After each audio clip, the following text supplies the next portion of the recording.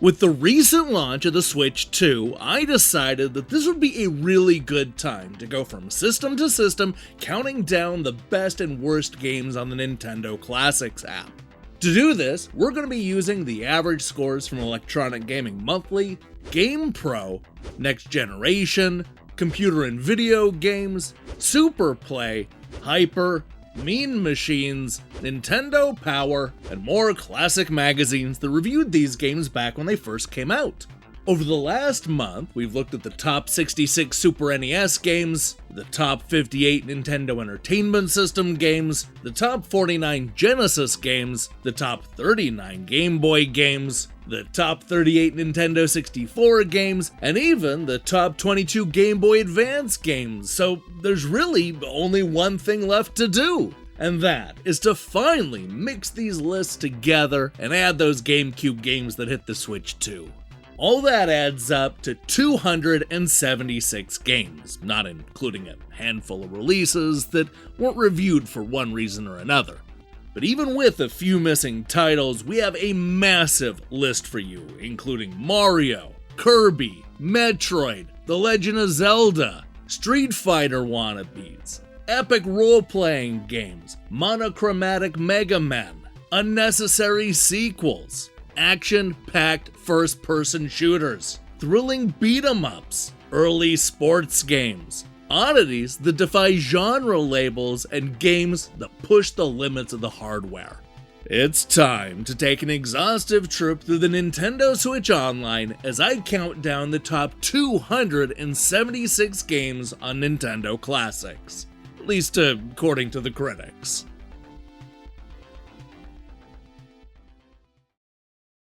What will the future bring from Nintendo? More hits like Super Mario Brothers. Arcade hits like Kung Fu. Nintendo has the most video game hits. Hogan's Alley, Duck Hunt, and more like baseball and Excite Bike. And you can play them only on the Nintendo Entertainment System. Now you're playing with power. Alright, we're gonna kick things off with number 276, Alleyway on the Game Boy. One of the many games to be inspired by Atari's classic arcade hit Breakout, Alleyway was not a hit with the critics. Mean Machines called it boring, while Nintendo Magazine System gave it a 27% and complained that it was simplistic, tedious, and unchallenging, in that order. Number 275, Donkey Kong on the Nintendo Entertainment System.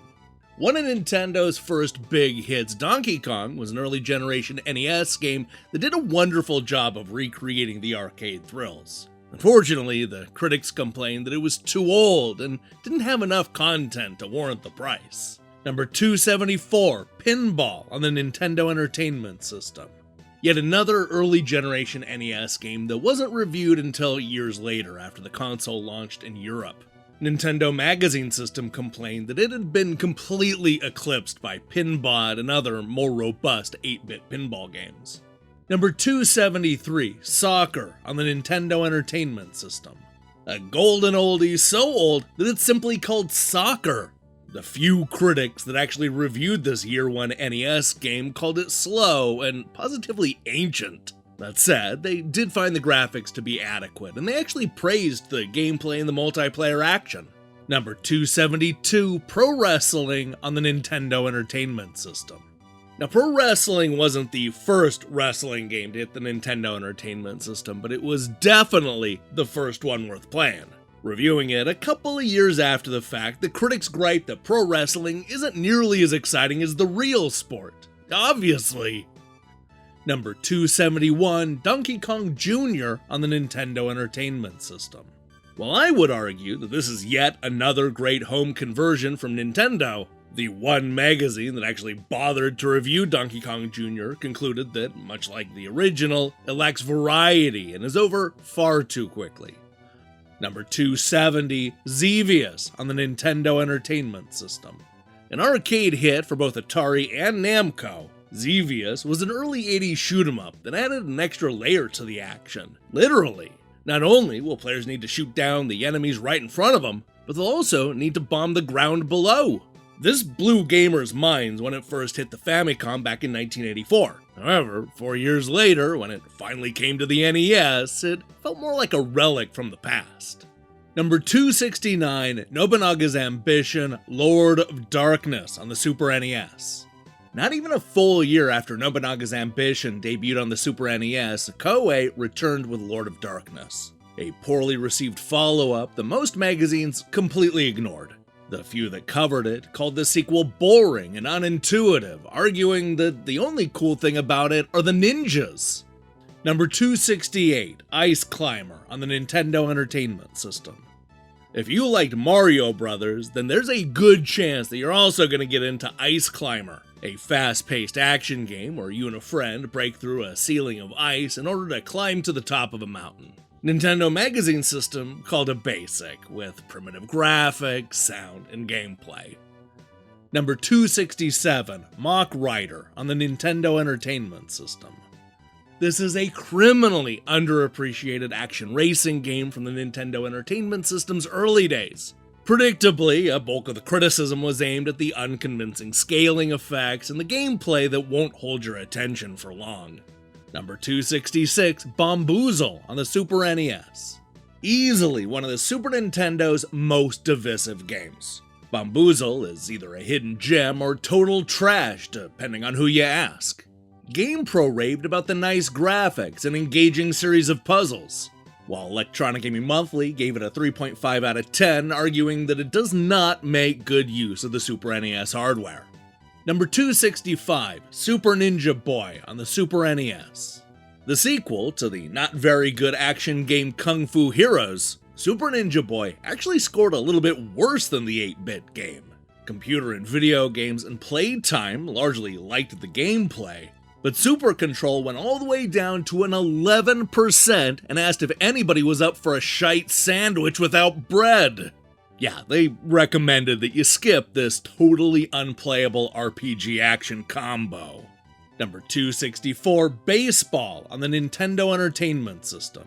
This barebones sports game is a serviceable enough version of baseball, but the critics made the case that you were better off waiting for a more modern take on the sport. And they were right, as better looking and playing baseball games that were fully and partially licensed were just around the corner. Number 263, Castlevania Legends on the Game Boy. Despite being part of a much-loved franchise, the critics were not impressed with Castlevania Legends. They called it short, easy, and ultimately disappointing. The type of game you might play in preparation for the harder console titles like Dracula's Curse or Symphony of the Night. Number 262, Kung Fu Heroes on the Nintendo Entertainment System. Not to be confused by the substantially better and a lot more playable Kung Fu. Kung Fu Heroes is, well, it's garbage. And it's definitely not just me who was left disappointed. Nintendo Power gave the game a 2.8 out of 5, one of their lowest scores of the year. Don't waste your time on Kung Fu Heroes. Number 261, Pokemon Mystery Dungeon Red Rescue Team on the Game Boy Advance.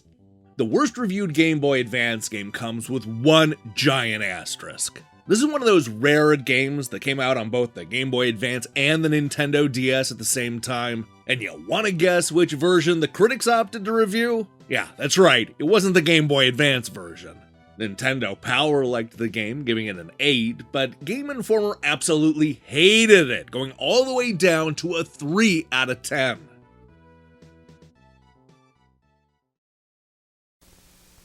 Dave Whitney wanted the real arcade games at home, so he got them.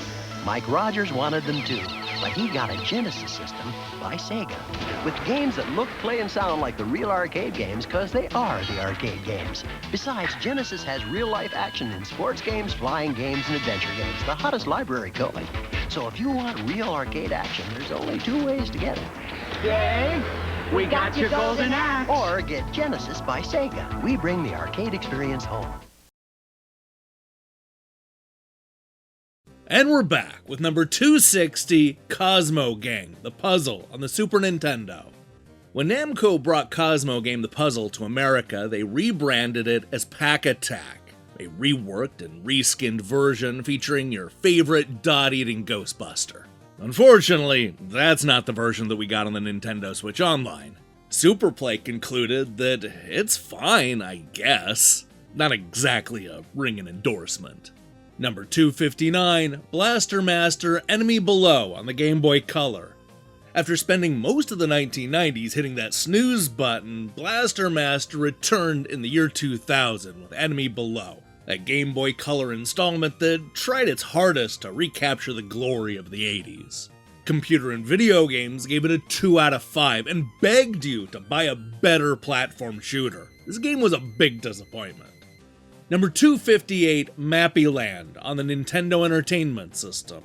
Mappy Land is the follow-up to the 1983 hit Mappy, and it's a side-scrolling action game starring a police officer Mouse gathering up a group of literal fat cats. The critics were mixed, with one EGM editor calling this a game for young children, while the other argues that there's no such thing as a kiddie game. Your mileage may vary on this one.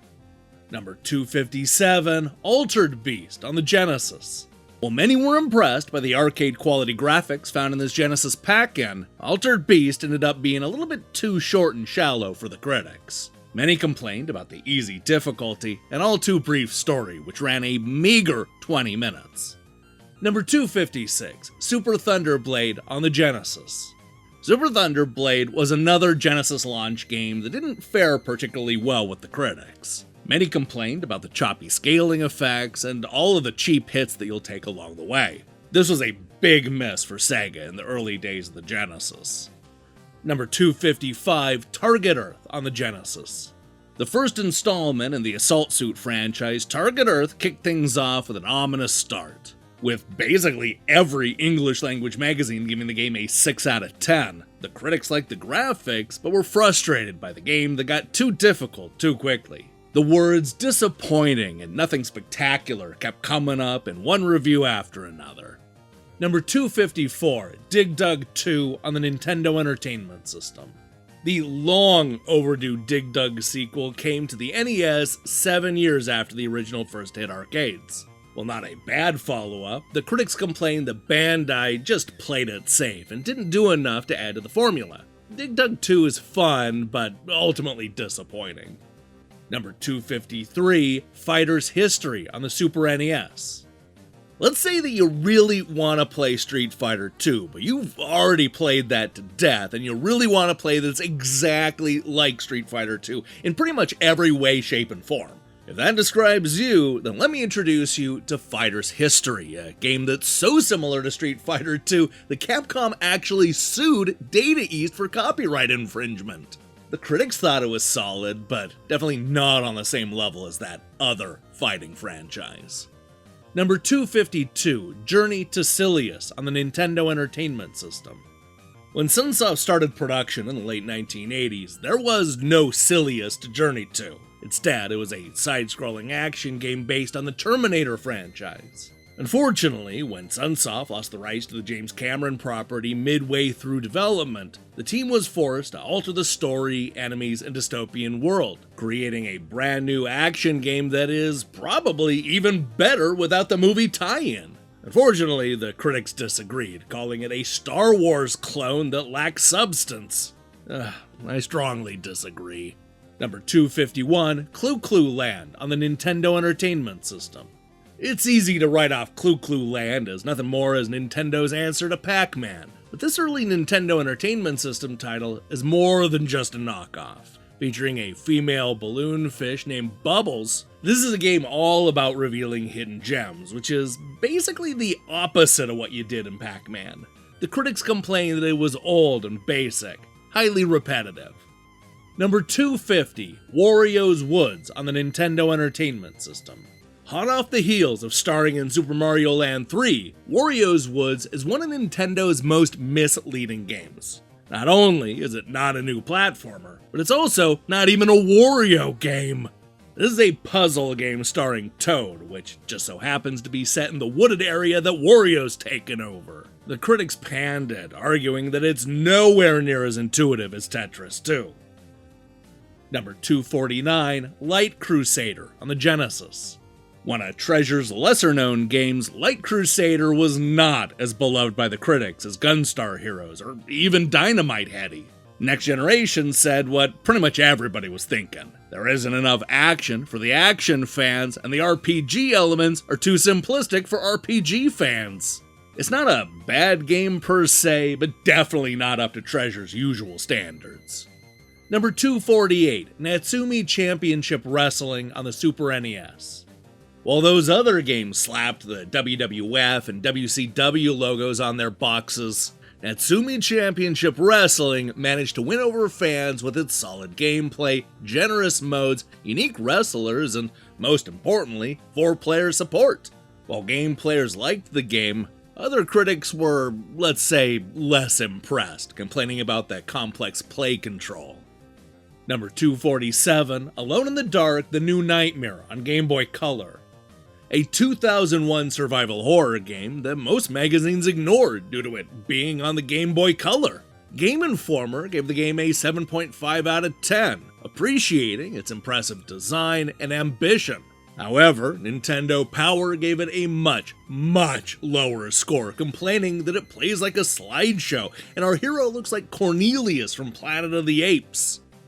Number 246, Nobunaga's Ambition on the Super NES. At a time when video games were largely seen as kids' toys, Koei dared to target a much older audience. While the critics liked the change of pace, they were ultimately underwhelmed by the graphics and action, calling it a tiresome strategy game that plays bad and looks even worse. Number 245, Super Baseball 1000 on the Super NES. Neither a realistic baseball simulator nor a super-looking game, especially compared to other 16-bit sports games, Super Baseball Simulator 1000 was criticized for having a misleading name and not enough depth. Superplay called it too crude compared to the rest of the baseball games on the market. Number 244, Space Harrier 2 on the Genesis. The critics like Space Harrier 2 a bit more than Super Thunderblade, but many of the same criticisms seeped over into this fantasy-themed shoot-'em-up. More than anything else, this arcade port is a stark reminder that the Genesis just isn't very good at scaling and rotation effects, things needed to produce a convincing and entertaining version of Space Harrier. Number 243, Kirby Star Stacker on the Game Boy. Arguably Kirby's most ignored game, at least when it comes to the critics.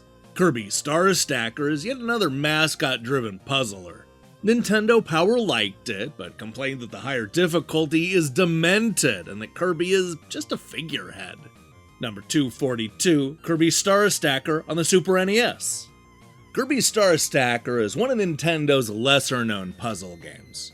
First released on the Game Boy back in 1997 and then ported 1 year later to the Super Famicom in Japan, Nintendo opted to not bring this 16-bit version to America.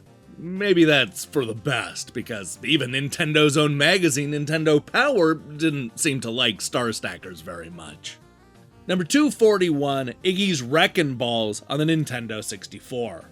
Now here's a Nintendo 64 character that you've probably forgotten about. Part platformer and part racing game, Iggy's Wreckin' Balls is an interesting mashup that features a bunch of ball characters using grappling hooks to climb up large towers and avoid dangerous obstacles. The critics found the ball-shaped characters to be frighteningly ugly and complained that all of the best multiplayer options were stolen directly from Mario Kart. The few critics that actually liked the game praised the unique level designs.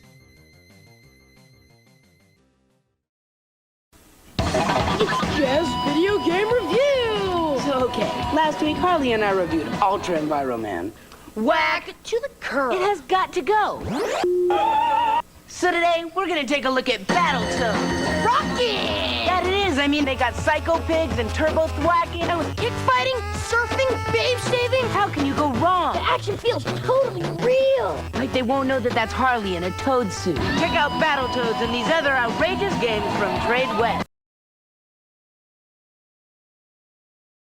And we're back with number 240, Kirby's Dream Land 3 on the Super NES. Released on the Super NES 2 full years after the Nintendo 64 came out, this was one of Nintendo's final 16-bit games. With everybody's attention firmly on the next generation battle, most magazines completely ignored Dreamland 3, with Nintendo Power complaining about the trial and error gameplay. Number 239, Yoshi on the Nintendo Entertainment System. When you hear that Nintendo has a game starring Yoshi, you probably think about all of the fun platforming perils the dinosaur can get into. Well, don't get too excited, because the game Yoshi is a poorly received puzzle game that has very little to do with Mario's prehistoric best friend. Lame. Number 238, Psycho Dream on the Super NES. Psycho Dream first came out in December of 1992 in Japan and was scheduled to come to America under the name Dream Probe. Unfortunately, it was axed when Renovation went through an extensive restructure. Maybe that's for the best, as Electronic Games gave this unreleased game a 33%, complaining that it was too easy and repetitive to be much fun. Number 237, Double Dragon 2: The Revenge on the Nintendo Entertainment System. Not to be confused with the arcade game of the same name. This Nintendo Entertainment System sequel tells a completely different story, and it's all the better for it.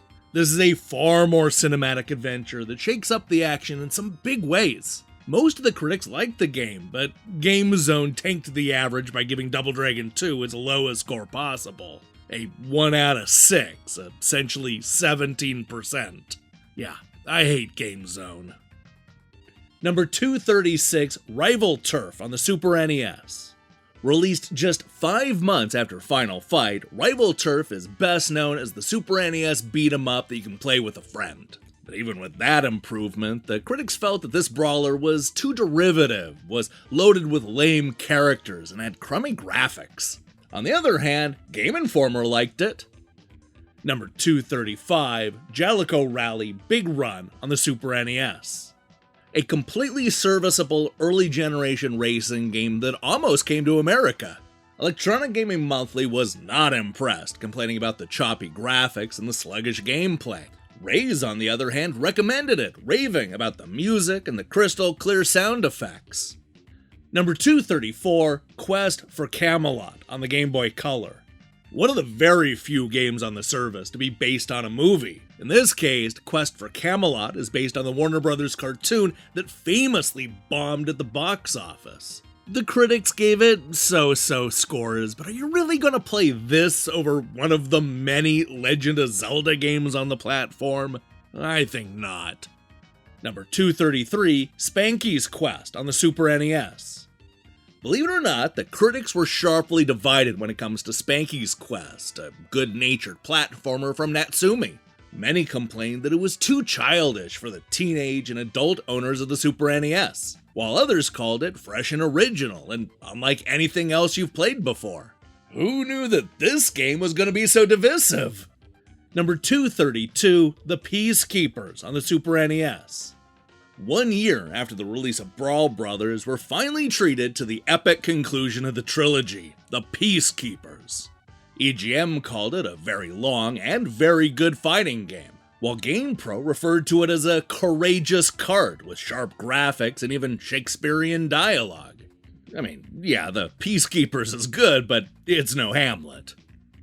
Number 231, Kid Icarus on the Nintendo Entertainment System. Long before God of War, Nintendo was mining Greek mythology with an unlikely video game hero. Kid Icarus stands apart from a lot of the company's early titles, largely because of the way the levels were laid out and the mythological inspiration. The critics liked the game, but complained about the dated graphics. Number 230, Uncharted Waters: New Horizon on the Super NES. Skipping right to the sequel, Uncharted Waters: New Horizon takes us to the early part of the 16th century with a whole new cast of characters, including the son of Duke Leon Franco from the first game. The critics thought it was a decent enough role-playing game, but complained that some of the dialogue sequences seemed endless and the graphics leave something to be desired. Number 229, Baseball on the Game Boy. It may be bare bones, but it's also a completely serviceable baseball game. That is, assuming you don't care about licensing or realism or, depth. While you can still derive some fun from this no-frill sports game, Even at the time, critics felt that the Game Boy launch title was a relic from the past. Number 228, Virtua Fighter 2 on the Genesis. There's no question that Virtua Fighter 2 is one of the greatest fighting games of all time, but not on the Genesis. This weird 2D version completely misses the point, with critics complaining that the scaled-down port doesn't look, feel, or play like the arcade classic. Number 222, Star Tropics on the Nintendo Entertainment System. Without a doubt, one of the most polarizing NES games of all time. You either love Star Tropics or you hate it. Nintendo Power loved it, giving the game a near-perfect score. Electronic Gaming Monthly, on the other hand, was far less impressed, calling it derivative of Zelda, Dragon Warrior, Crystallis, and even Ultima Avatar. They argued that Star Tropics failed to find its unique identity. Number 226, Battletoads and Double Dragon on the Super NES. That's right, it's the team-up you didn't even know you wanted. It's a beat-em-up with racing and shoot-em-up elements combining the best of both worlds. AGM, Super NES Buyer's Guide, GamePro, and even GameFan were impressed, arguing that fans of both franchises will not be disappointed. However, Superplay gave it a 33%, ignoring everything but the brawling and concluding that it's time for more boring fighting. Number 225, Super Dodgeball on the Nintendo Entertainment System. Although it wasn't sold as anything more than a simple dodgeball game in the United States, this 8-bit sports game is directly connected to River City Ransom. Super Dodgeball ditches the street fighting and instead takes the action to the court, where the goal is to knock out the competition by smacking them with a ball. The critics liked the concept, but were annoyed by the flickering and the slowdowns. Number 224, Tennis on the Nintendo Entertainment System. Yet another early sports game for the Nintendo Entertainment System that delivers where it counts. While the critics fell well short of calling it great, what they did say was that the graphics were solid and that they convey a sense of speed. This is a good, bog-standard version of tennis. Number 223, Doomsday Warrior on the Super NES. From the people that brought you 16-bit greats like Gyarus and the Valis series comes a one-on-one beat-em-up that was released in the wake of Street Fighter II. As you've probably guessed, this game pales in comparison to Capcom's seminal fighting game, with the critics griping about the lame characters and the inappropriate music. Number 222, Fire and Ice on the Nintendo Entertainment System. Number 37, Fire and Ice. First released in March of 1993 in both the United States and Europe, this quirky side-scrolling puzzle game is actually the sequel to Solomon's Key, though you wouldn't know it by its Western name. The goal is to create blocks of ice in order to extinguish the flames in 100 diverse levels. Electronic Gaming Monthly was unimpressed, calling the game repetitive and uneventful. Number 221, Eliminator Boat Duel on the Nintendo Entertainment System. This is a high-speed racer that takes the best elements from RC Pro-Am, Mike Tyson's Punch-Out, and even Rad Racer, creating an irresistibly fun boat game with a full cast of colorful characters. The critics disagreed on this one, with Nintendo Magazine System raving about the two-player mode and the innovative ideas, while Enforce called the game too easy with ugly graphics and annoying music. Your sister gave you the mumps. Your brother gave you the flu. Your best friend gave you chicken pox. It's payback time with help from Dr. Mario. Go head-to-head on NES or link up on Game Boy. Then contaminate, exterminate, and spread the viruses. When you score, you infect your opponent. Make them sweat, run a fever, get the chills. Dr. Mario. With 2 players, it's germ warfare. Can I play? Sure. And we're back with number 220, Rygar on the Nintendo Entertainment System. An updated version of the arcade hit, Rygar added a number of adventure elements to the home game, making it a bigger and deeper game overall. That, along with the good graphics and the gameplay, likely added a few points to the score, but the critics seem to doubt the game's wide appeal. Number 219, Dr. Mario on the Nintendo Entertainment System. Coming in at number 34 with a 71% average, this is yet another reminder that the critics were not that into Dr. Mario. Some magazines even went as far as to complain that the pharmaceutical theme sent the wrong message to kids, while others felt that the game paled in comparison to Tetris. Number 218, Dr. Mario on the Game Boy. While a generation of gamers may view this as an all-time classic, the critics were divided on Dr. Mario. Some complained that it was a worse version of Tetris, while others openly wondered if basing a game around pharmaceuticals might send the wrong message to children. Number 217, Excite Bike on the Nintendo Entertainment System. A dirt bike game where you swerve around a side-scrolling course filled with jumps and obstacles, like puddles of mud. Excite Bike is a simple yet charming racing game with a whole bunch of crazy level designs. The critics complained that the game was a bit too shallow, but at the same time praised the game for having a do-it-yourself track editor, adding a unique spin to the genre. Number 216, Flicky on the Genesis. An early generation port of an arcade game that dates back all the way to 1984. Flicky is one of those love it or hate it games. Megaplay and Electronic Gaming Monthly hated it, but Mean Machines and Computer and Video Games loved it. I'll break the tie by saying that it's just okay, nothing special. Number 215, Nightshade on the Nintendo Entertainment System. Originally intended to be the first of a multi-part series, Nightshade is an intriguing mix of crime noir, superhero fiction, and even point-and-click adventuring. This unusual adventure game baffled the critics, who either found the game boring and unappealing, or raved that it was one of the most well-rounded quest games ever made. Look, I dig Nightshade's style, and I suspect you will too.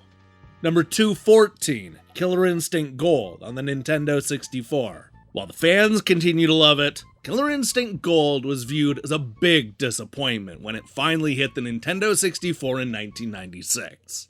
It was a 2D fighting game that was released at a time when 3D fighters were all the rage. Couple that with missing content and a presentation that was nowhere close to being arcade perfect, despite what they promised, and the critics' average lands at a so-so 72%. Number 213, Prehistoric Man on the Super NES. This is another cult classic that received mixed scores at the time. While Prehistoric Man scored high enough to earn Electronic Gaming Monthly's Game of the Month award in their 70th issue, other magazines were far less kind. Both GamePro and Computer and Video Games called the game average, giving it middling scores of 3 out of 5. Now, despite the lowish average, Prehistoric Man is definitely worth checking out. Number 212, Gargoyle's Quest on the Game Boy. This Ghosts and Goblins spin-off was a big hit with me as a kid, but apparently the critics disagreed, giving it an average score of 72%. Ace liked the spooky visuals and atmosphere, while GameZone called it an unfriendly platformer, whatever that means. Number 211, Yoshi's Story on the Nintendo 64. Short and easy. That's the knock you hear about Yoshi's Story in practically every review. The critics liked the bright and colorful style, with most arguing that it's not a bad game per se, it's just that it's not a very good or involving game. It's small and inconsequential, a disappointing follow-up to Yoshi's Island. It was far too expensive for what amounts to being a 2-hour game. Number 210, Mario's Picross on the Game Boy. Likely the most polarizing Game Boy game on the Nintendo Classic Zap. These Mario Picross reviews are all over the place. EGM's own fake ninja, Sushi X, gave it a 4 out of 10, calling it educational and bland to play, while Computer and Video Games gave it a 96%, raving that it's the most addictive game of the year. Number 209, Adventures of Lolo on the Nintendo Entertainment System. This is an ingenious little puzzle game that should be a lot higher on the list if you ask me. The critics liked it, but the way they chose to show it was, interesting. Some critics said that they actually felt sorry for the game, suggesting that it had no chance of succeeding because of the kiddie graphics and the puzzle elements. Nintendo Power, on the other hand, called the pacing slow. Now, it is worth mentioning that the game was so popular that it ended up spawning not one, but 2 additional sequels. Number 208, Dr. Mario 64 on the Nintendo 64. If you watched the Game Boy countdown, then you already know that the critics weren't that keen on Dr. Mario. The same continues with the 64-bit upgrade. Electronic Gaming Monthly called the series clunky, while N64 Magazine did not mince words, complaining that Dr. Mario 64 is dull, rushed, and completely without merit. An insult, frankly. Jeez, tell us what you really think. Number 207, Ghosts and Goblins on the Nintendo Entertainment System. One of the Nintendo Entertainment System's best horror-themed action games is far too low on this list, in my opinion. While the Games Machine and GamePro loved this port, GameZone and Nintendo Magazine System complained that it wasn't arcade perfect and it was far too difficult. Number 206, Densetsu no Starfy 2 on the Game Boy Advance. It took Nintendo more than 20 years to bring the first 3 Starfy games to America, but as they say, better late than never. Like so many games that are only now making their way west, there weren't a whole lot of reviews for the Starfy games, but both Joypad and Total Cube ended up giving the Dark Middle chapter an average score of 73%. Still worth playing if you're a big fan of Nintendo's platformers.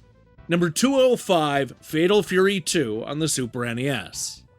A surprisingly solid port of a $200 Neo Geo game, Fatal Fury 2 is one of the few good one-on-one fighting games on the Nintendo Switch Online.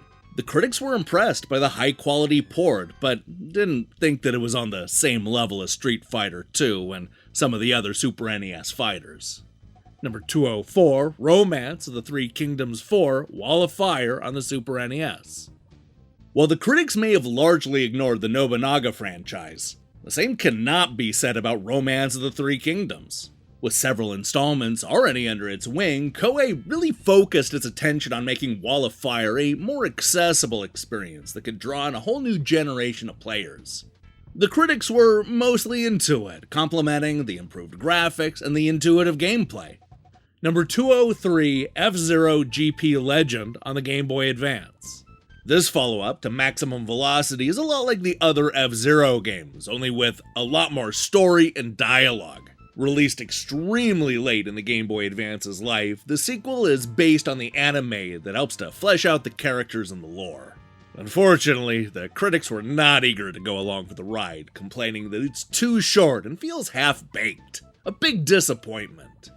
Number 202, Wild Guns on the Super NES.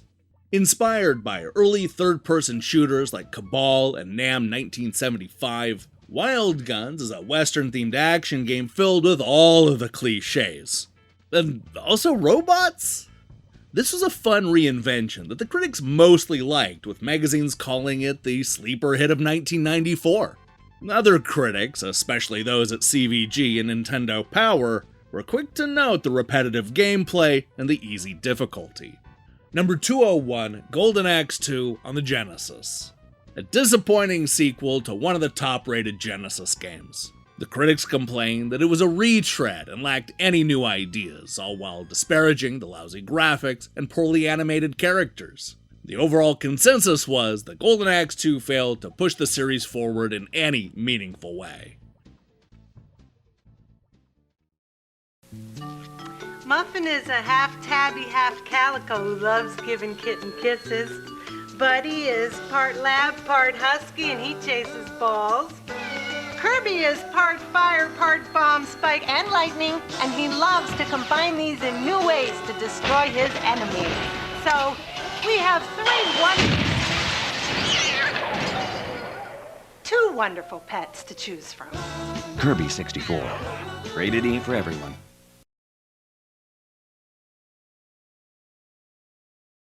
And we're back with number 200, SCAD, Special Cybernetic Attack Team for the Nintendo Entertainment System. One of the very few must-play shoot-'em-ups on the NES. SCAD is a great game with an unfortunate name. Set in the far-flung future of 2029, Arnold and Sigourney use jetpacks to fly around the screen, shooting down aliens and liberating New York City and, I guess, the rest of the world. The critics really liked all of the intense action, as well as the world building. This is a great game. Number 199, Joe and Mac 2, Lost in the Tropics on the Super NES.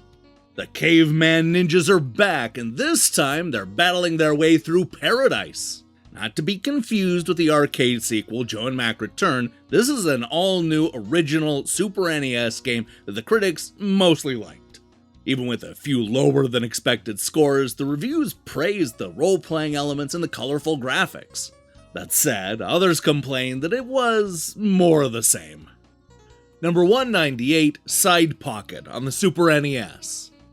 Well, not as exciting as football or as hard-hitting as hockey, this billiard simulator is easy to pick up and offers a surprisingly awesome soundtrack full of chill tunes.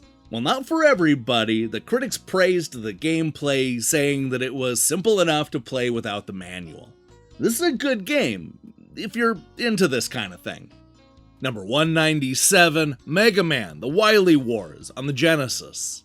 While the critics were definitely excited to see Mega Man make his way to the Genesis, many were underwhelmed by the slightly upgraded graphics and the recycled levels. Essentially a greatest hits package for the Blue Bomber, the Wily Wars paled in comparison to Mega Man X on the Super NES. Number 196, The Ignition Factor on the Super NES. While games about firefighters are rare, The Ignition Factor is a really good one. This action game oddity managed to win EGM's coveted Game of the Month award in their 68th issue, though Game Informer, Next Generation, and even GamePro weren't all that into it. This is one of those games that is far better than the overall average would suggest. Number 195, Winback: Covert Operations on the Nintendo 64. Perhaps an odd pick for the Nintendo Switch Online, but still one that's worth checking out. The critics spent a lot of their time comparing Winback to the competition, especially Metal Gear Solid, Siphon Filter, and Time Crisis. Both Next Generation and GamePro argued that Winback may not be the GoldenEye 007 killer, but it is an excellent way to pass the time until Perfect Dark comes out. Ooh, too late for that. Number 194, Pokemon Stadium 2 on the Nintendo 64.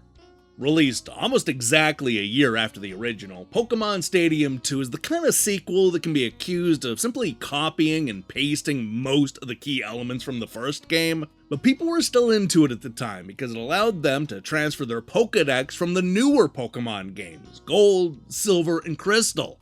Electronic Gaming Monthly complained that the sequel was too close to the original and didn't offer much for those who hadn't had a chance to catch them all. Other critics were a bit more charitable, but most agreed that the sequel was unessential. Number 193, Donkey Kong Land 2 on the Game Boy. When the original Donkey Kong Land was released in 1995, the critics were impressed by both the performance and the ambition of this brand new platformer. Unfortunately, that enthusiasm did not translate to the 1996 sequel, which split the critics into two different camps. Those who loved it, and those who were annoyed that it was essentially the same game as Donkey Kong Country 2 on the Super NES. Number 192, Golf on the Nintendo Entertainment System. Of the many bare-bones sports games that were released in the early days of the Nintendo Entertainment System, Golf was the best of the bunch. It looked great, handled the sport well, and helped to set the template for all future golf games to come. Yeah, the critics preferred NES Open Tournament Golf, but Nintendo's OG take is still pretty good. Number 191, Musha on the Genesis.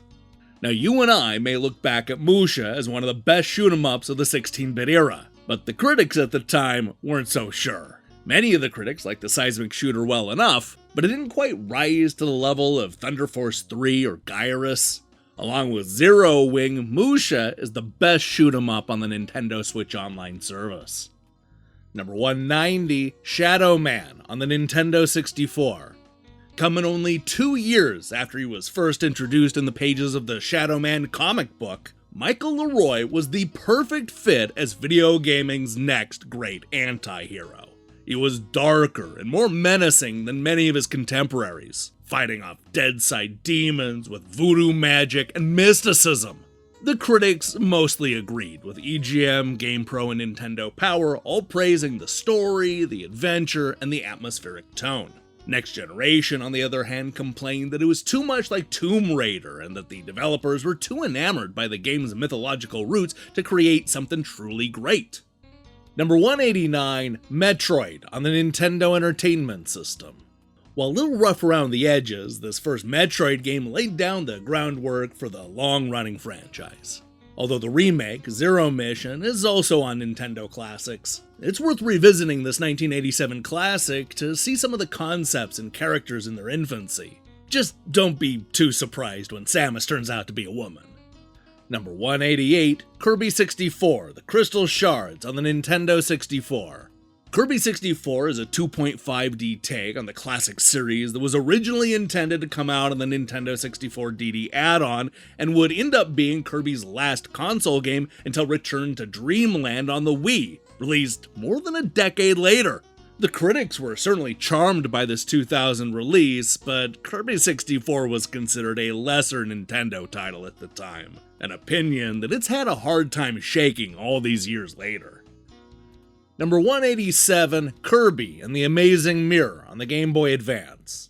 Coming almost a decade after the last mainline handheld game, Kirby hits the Game Boy Advance with a platformer all about a broken mirror. The critics complained that the game was too safe and didn't do a whole lot to advance the franchise. Still, Nintendo Power liked the game, raving about the graphics and the animation.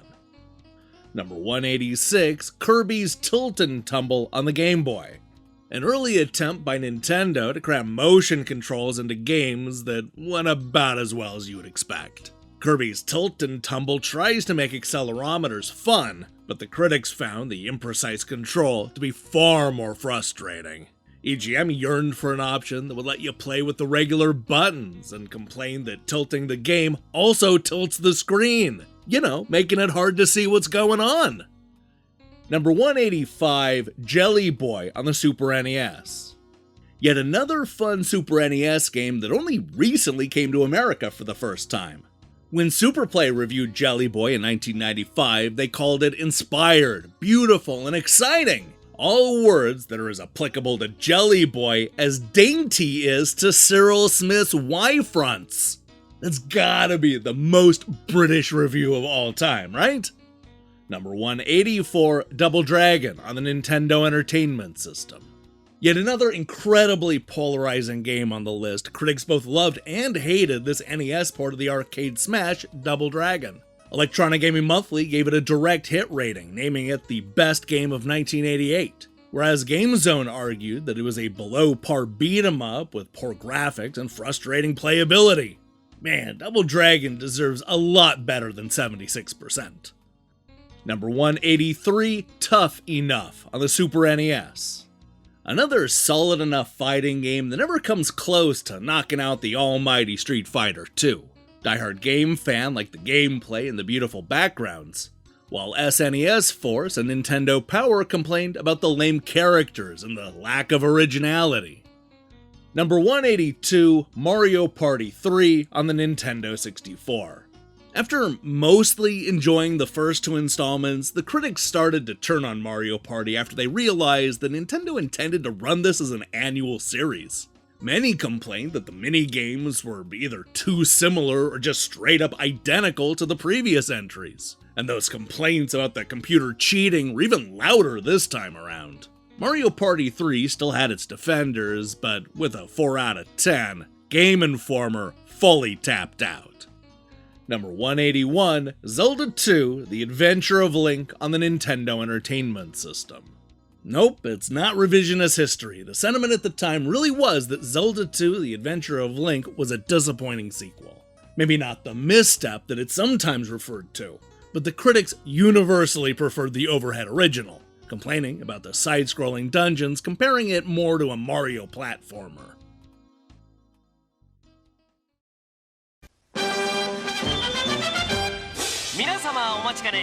Mario Open Golf の開幕です。5コース90ホール、熱い戦いが期待できそうですよ。ズバリ見どころはやはり審査用のアップ画面でしょう。つまり大アップ画面で興奮も大アップというところです。なるほど。ファミコンソフトマリオオープンゴルフ、それではじっくりお楽しみください。Welcome back. We left off with number 180, Brawl Brothers on the Super NES. Brawl Brothers is the underwhelming sequel to the so-so beat-em-up rival turf. The magazines were not that into this dark middle chapter, with critics complaining that there was nothing new in the Street Fighter genre and was frustrated by the small number of moves. Nintendo Magazine System and GamePro liked it a little bit more, but nowhere near as much as the Final Fight series. Number 179, Balloon Fight on the Nintendo Entertainment System. Inspired by the Williams arcade game Joust, this simple action game sees one or two players floating around the level in an attempt to pop the opponent's balloons to be the last person standing or, floating. Computer and video games complained about the graphics, but said that it felt like the arcade classic, while Nintendo Magazine System argued that Balloon Fight grew dull very quickly. Number 178, Alien Storm on the Genesis. Alien Storm is more than just a spiritual successor to Golden Axe. Believe it or not, it's actually connected to Sega's fantasy-themed brawler. Set in a vague future where you play an alien hunter, this repetitive beat-em-up offers a lot of cool-looking aliens and a few first-person shooter sections. But even with that, it never quite reaches the same heights as Sega's other brawlers. Number 177, Kirby Superstar on the Super NES. Released a year after Dream Course, Kirby Superstar is yet another release that zigs when you expect it to zag. Instead of being another straightforward Kirby adventure like everybody expected, Superstar is actually a compilation of different Kirby games, each with their own themes and quirks. The critics were mostly into it, but many would have preferred a more straightforward Kirby adventure. Number 176, Super Mario Strikers on the GameCube. The first of several soccer games starring Mario and his Mushroom Kingdom friends, Super Mario Strikers was criticized for its complete lack of content. On a more positive note, the critics were charmed by the cute graphics and the accessible gameplay, and they concluded that even if you absolutely hate soccer, you're still gonna have a good time with Strikers. Just don't expect a whole lot of modes and extras. Number 175, Mega Man 5 on the Game Boy. Now you may look back fondly at Mega Man 5 as the one game in the Game Boy series that actually shook things up, but the critics, well, they didn't seem to notice that back when the game first came out. With relatively low scores, the critics liked the action and the Super Game Boy support, but were down on the game for just being more of the same. I think you can chalk this one up to Mega Man fatigue. Number 174, Beyond Oasis on the Genesis.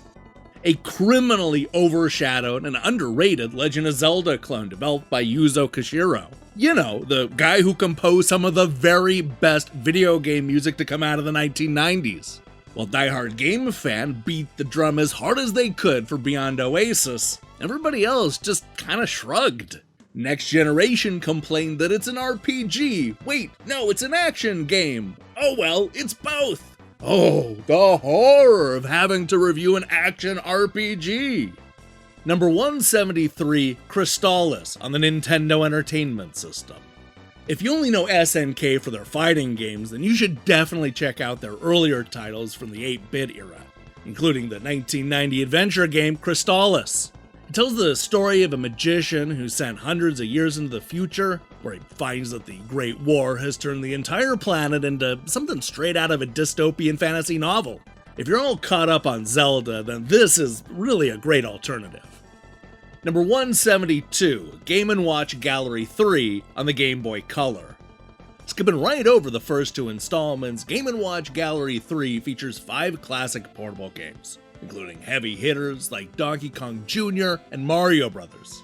Most critics like the trip back to the early days of portable gaming, even if the games themselves are a bit on the simple side. It's Nintendo Power's surprisingly low score that drags the overall average down a bit. Number 171, Claymates on the Super NES. For an all too brief moment in the 1990s, companies like Interplay and Midway were trying to pair video games with claymation.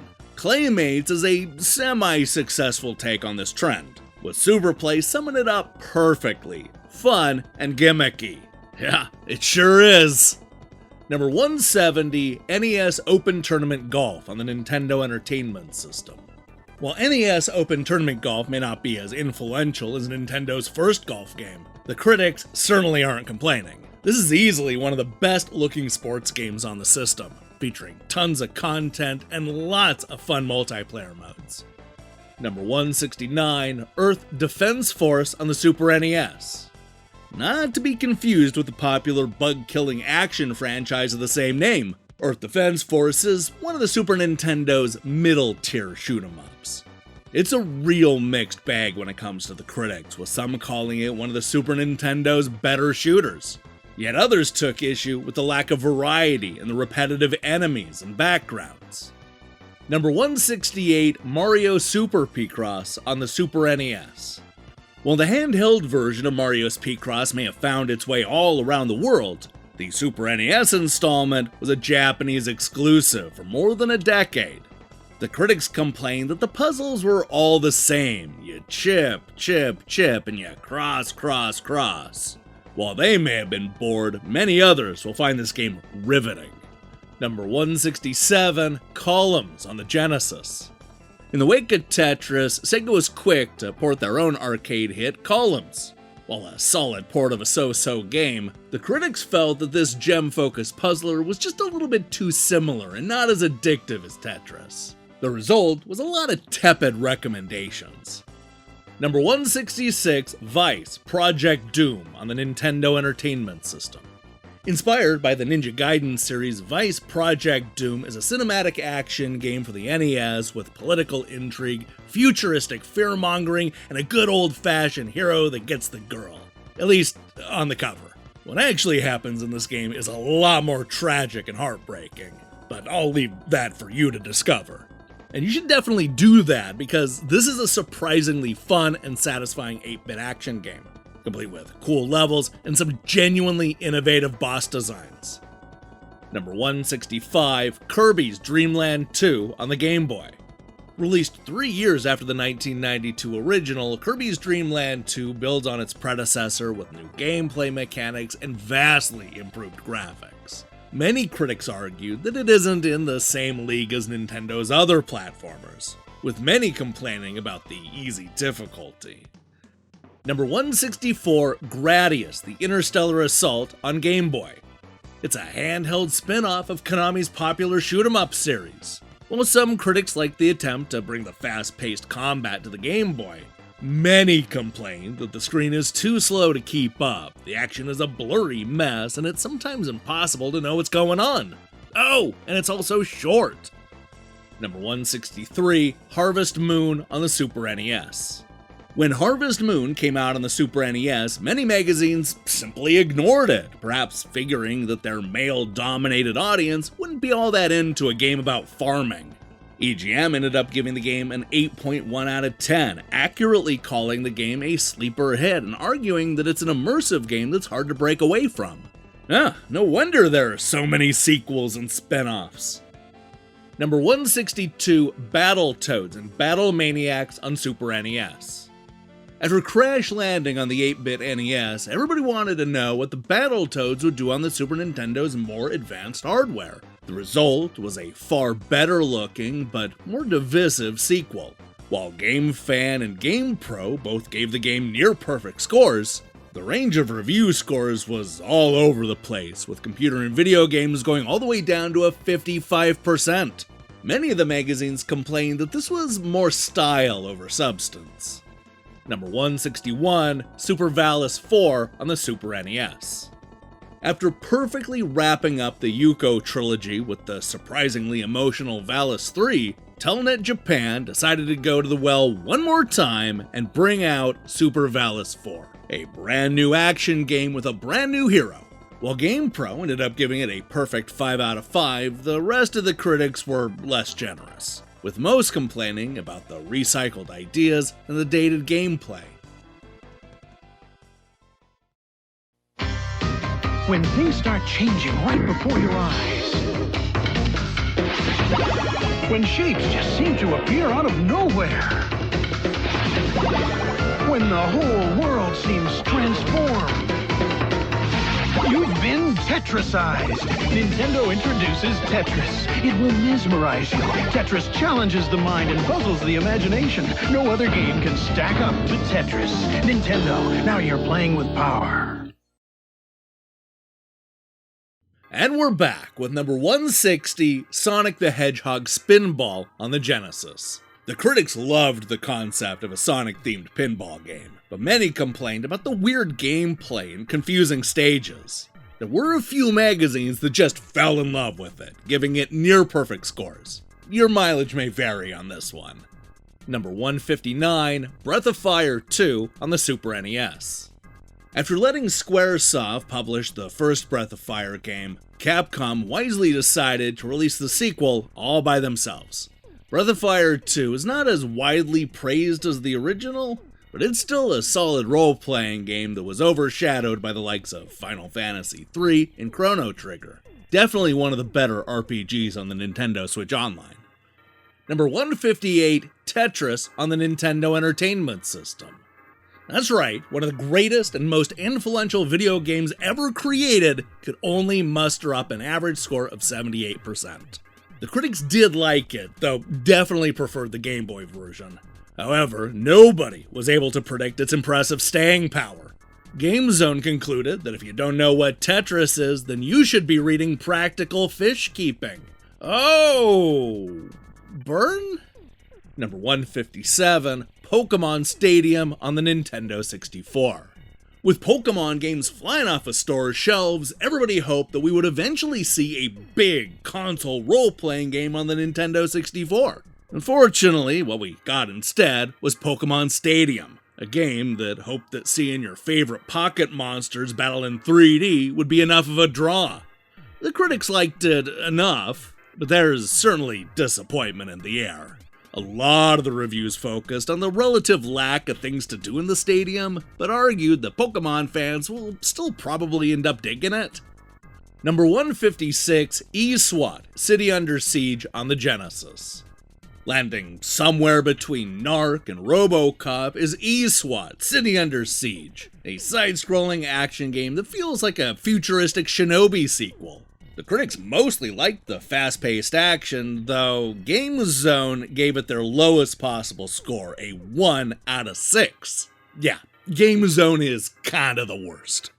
Number 155, Earthbound on the Super NES.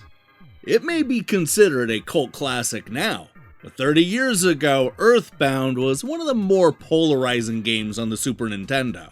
While some magazines praised the writing, many of the critics couldn't get beyond what they considered to be outdated visuals and childish characters. Much like Breath of Fire 2, Earthbound was completely overshadowed by more serious RPGs like Final Fantasy III and Chrono Trigger. Number 154, Super Mario Advance on the Game Boy Advance. The Game Boy Advance's big launch game was... that's right, a port of Super Mario Bros. 2. Okay, sure, that was a little disappointing, but most gamers were too busy playing Castlevania Circle of the Moon to care. It's a solid port of a legendary platformer, but not in the same league as the other three Super Mario Advance releases. Number 153, Comic Zone on the Genesis. The incredibly stylish Comic Zone is guaranteed to grab your attention from the very first frame, but the critics were frustrated by the extreme difficulty and some questionable controls. With extreme scores on both sides, Comic Zone is the kind of game that you either love or hate. Personally, I love it. Number 152, Smash Tennis on the Super NES. From the man who gave the world Klonoa and Mr. Driller comes Smash Tennis? Building on what everybody loved about Super Tennis, this Namco-published sports game didn't get an American release back in the 1990s. That's a shame, because the critics raved about the fast-paced action and the 4-player mode. Number 151, Mercs on the Genesis. While not on the same level as the other Capcom conversions like Ghouls and Ghosts and Strider, Mercs was a solid enough run-and-gun shoot-'em-up that featured two different versions of the arcade hit. Unfortunately, pretty much everybody was disappointed by the lack of multiplayer support. Number 150, Shadow of the Ninja on the NES. While not as influential as Ninja Gaiden, Shadow of the Ninja proves that there's more than enough room on the Nintendo Entertainment System for two masked assassins. Praised for its two-player co-op action and the massive boss fights, this is the perfect game to play after you've finally beaten that last level in Ninja Gaiden. Number 149, Shining Force 2 on the Genesis. While not as critically acclaimed as the 1993 original, this Shining Force sequel is still a worthy successor that adds a lot of lore and gameplay. Ignore the somewhat low review average, because if you're a fan of Fire Emblem or just fantasy-themed strategy games, then this is an absolute must-play. Number 148, Ristar on the Genesis. While nowhere near as endearing or even remembered as Sonic the Hedgehog, this late-generation Genesis platformer from Sega still delivered great graphics and complex level designs. Confusingly, magazines like Next Generation, Game Players, and Sega Force gave it low scores, despite raving that it was one of the best platformers of the year. Review scores are weird. Number 147, Burger Time Deluxe on the Game Boy.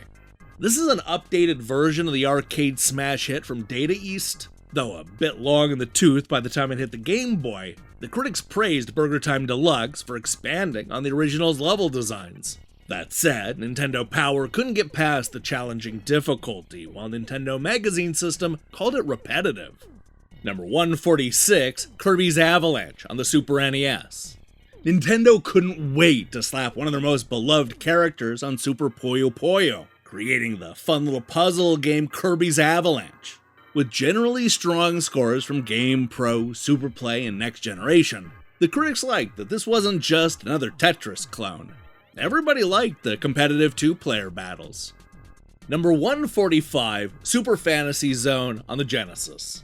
If you've never played Super Fantasy Zone before, then, well, it's probably because the Sunsoft-developed sequel was never released in the United States. Oh sure, it came to Europe and Japan, but I guess Sega must have figured that Americans wouldn't be all that into a colorful shoot-'em-up. That's a shame, because it's actually a lot of fun. Number 144, RC Pro-Am on the Nintendo Entertainment System. RC Pro-Am was the right game at the right time. Originally released in 1988, the speedy little racing game not only took advantage of the growing popularity of remote-controlled cars, but it also looked and played completely different from the other 8-bit racers, especially Rad Racer. The critics called it technically superb, praising the speedy gameplay and the smooth scrolling. Number 143, F-Zero Maximum Velocity on the Game Boy Advance. The first F-Zero to hit the Game Boy Advance is also the best, at least according to the critics. No complicated story or extra fluff, Maximum Velocity feels like a direct sequel to the 16-bit original. That said, the critics were frustrated by the handheld screen, which made it a little hard to keep track of the action. They're also split on some of the gameplay changes. Number 142, Mario Party 2 on the Nintendo 64. Released only 11 months after the first game, Mario Party 2 is, well, it's more Mario Party. Not to be dismissive or anything, but Mario Party 2 is the first of a long line of mostly annual sequels that added just enough to warrant a purchase. In this case, we get more elaborate boards, 65 different mini-games, and a number of tweaks that came from watching how people played the original game. The critics were mostly on board with the sequel, but there were definitely signs that the good feelings about this series might not hold for much longer. Number 141, Mega Man 3 on the Game Boy. Mega Man is not only one of the Game Boy's most prolific franchises, but it's also one of the most consistent. Although this third installment is really just more of the same, the critics continue to be into the black and white adventures of the Blue Bomber. Still, there were signs that the third game in the series might be running out of steam. We're getting calls about a wild party over here. Know anything about it? I didn't think so. Which one of you jokers goes by the name Mario? it's me! Could you step outside, please? Welcome to Mario Party, where you and 3 friends battle it out all night long. With 6 adventure boards and 50 mini-games, this party's just getting going. Mario Party, only on Nintendo 64. But it's me, Mario! Yeah, tell it to the judge. Get in or get out. Number 140, Kirby Dream Course on the Super NES. Kirby's Dream Course is a weird and wonderfully wild miniature golf game released in 1995 on the Super NES. It really is the perfect vehicle for a character like Kirby, who proves to be a lot more adept at putt-putt golf than pinball. This is one of those games where the critics didn't really veer far from the 80% range, with most magazines liking the game more than loving it. Number 139, Phantasy Star 4 on the Genesis. When it was first released, Phantasy Star 4 retailed for a whopping $100. To put that in context, that's well over $200 in today's money. That may not explain the somewhat low scores for this beloved role-playing game, but it is a reminder the games used to be crazy expensive. Yeah, consider that the next time you complain about spending $80 on a new Mario Kart. Number 138, 1080 Degrees Snowboarding on the Nintendo 64. While Nintendo may be known for their more cartoony sports games starring Mario and his friends, the company actually has a rather impressive lineup of more realistic sports titles. One of the most memorable was the 1080 Degrees Snowboarding series, which started its life on the Nintendo 64. The critics praised the realistic physics and the great graphics, largely comparing it to Wave Race 64. However, others complained that it lacked variety and was over right when it was starting to get good. Number 137, Harvest Moon 64 on the Nintendo 64. Long before anybody coined the phrase cozy game, Harvest Moon was king. Instead of defending the Earth from alien invaders or fighting the World Warriors, this was a game all about gardening, relationships, and selling your goods at a local farm. The critics called it a life simulator, saying that it's the sort of thing that you either love or hate. Others praised the charming visuals and the cute writing, but found it a bit tedious and maybe even a little bit boring. GameFan even wondered if they were going to have to turn in their man card after recommending Harvest Moon 64. Number 136, The Sword of Hope on Game Boy. One of the earliest role-playing games to hit the Game Boy. The Sword of Hope takes what people liked about the Kemco Sega point-and-click adventure games and mixed it with a whole bunch of turn-based combat. This is a fantastic game that's really only marred by critics who were not sure what to make of it at the time. Number 135, Extreme G on the Nintendo 64.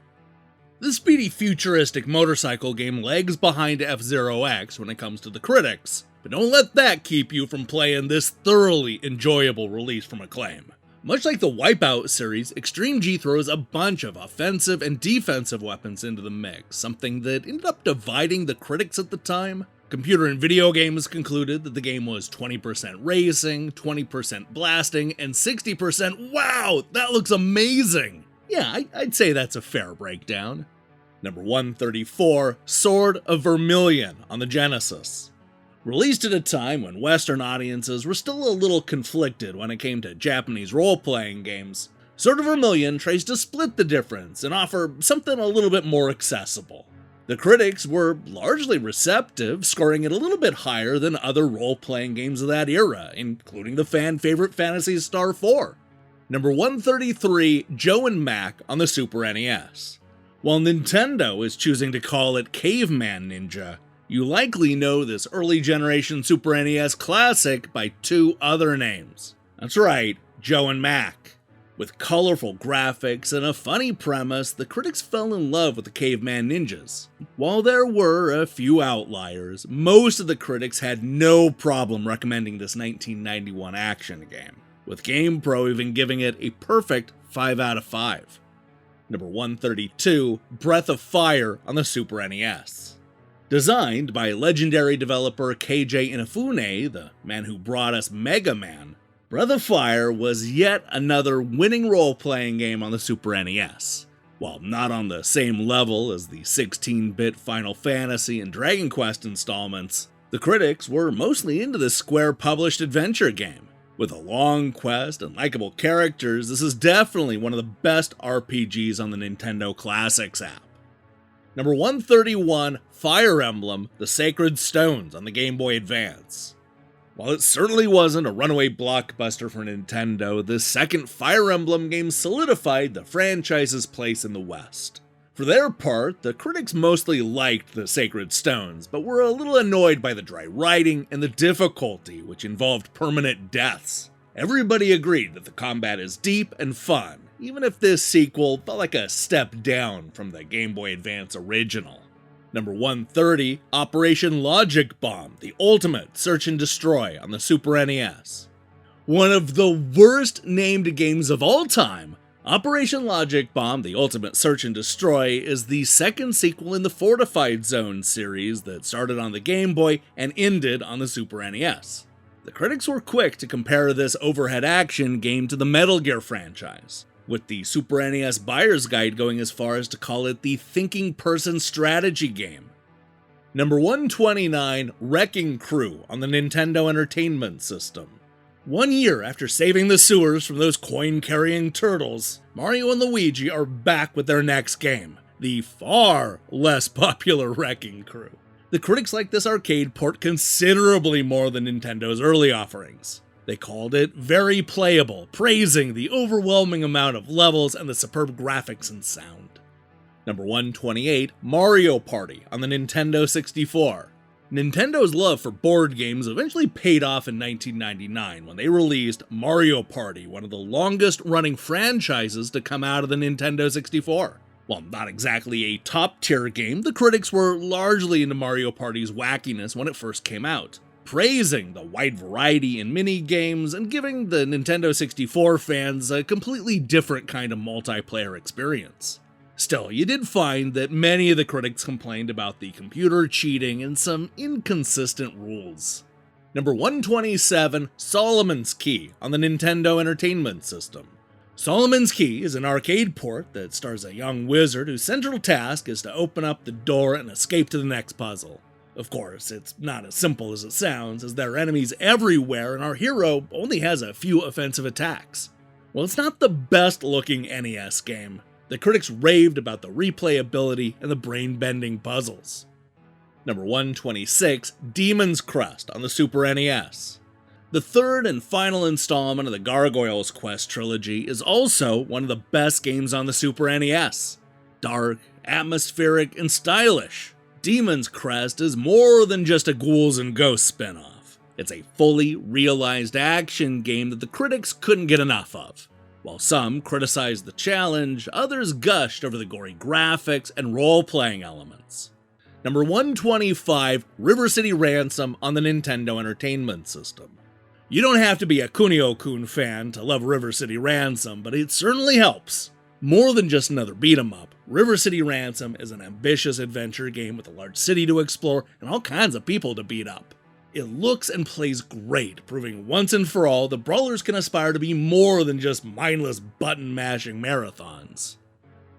Number 124, Ninja Gaiden on the Nintendo Entertainment System. Ninja Gaiden is more than just another fun ninja game from the 1980s because it helped to lay down the foundation that would lead to more story-driven games. Featuring lengthy cinemas between every level and boss fight, the player connects with Ryu Hayabusa in a whole new way. The critics were impressed, though the score was a little lower due to magazines like Electronic Gaming Monthly and GamePro saving their Ninja Gaiden thoughts for the 1990 sequel. Number 123, Pokemon Trading Card Game on the Game Boy. While Nintendo refuses to port any of the classic Pokemon games that got their start on the Game Boy, at least we get the Pokemon Trading Card Game, right? While it's definitely not for everybody, longtime fans of the card game will feel right at home and have an endless amount of computer opponents to go up against. You know, if that's your thing. Number 122, Mario Bros. On the Nintendo Entertainment System. After seeing the critics rank Donkey Kong so low, I have to admit that I was a little bit surprised to see this home port of Mario Bros. So high up on the list. Hell, it somehow managed to top Ninja Gaiden and River City Ransom. For whatever reason, the critics found this style of action game to just be a lot more addicting than Donkey Kong. specifically highlighting the multiplayer gameplay and the great presentation. Number 121, Solar Jetman Hunt for the Golden Warp Ship on the Nintendo Entertainment System.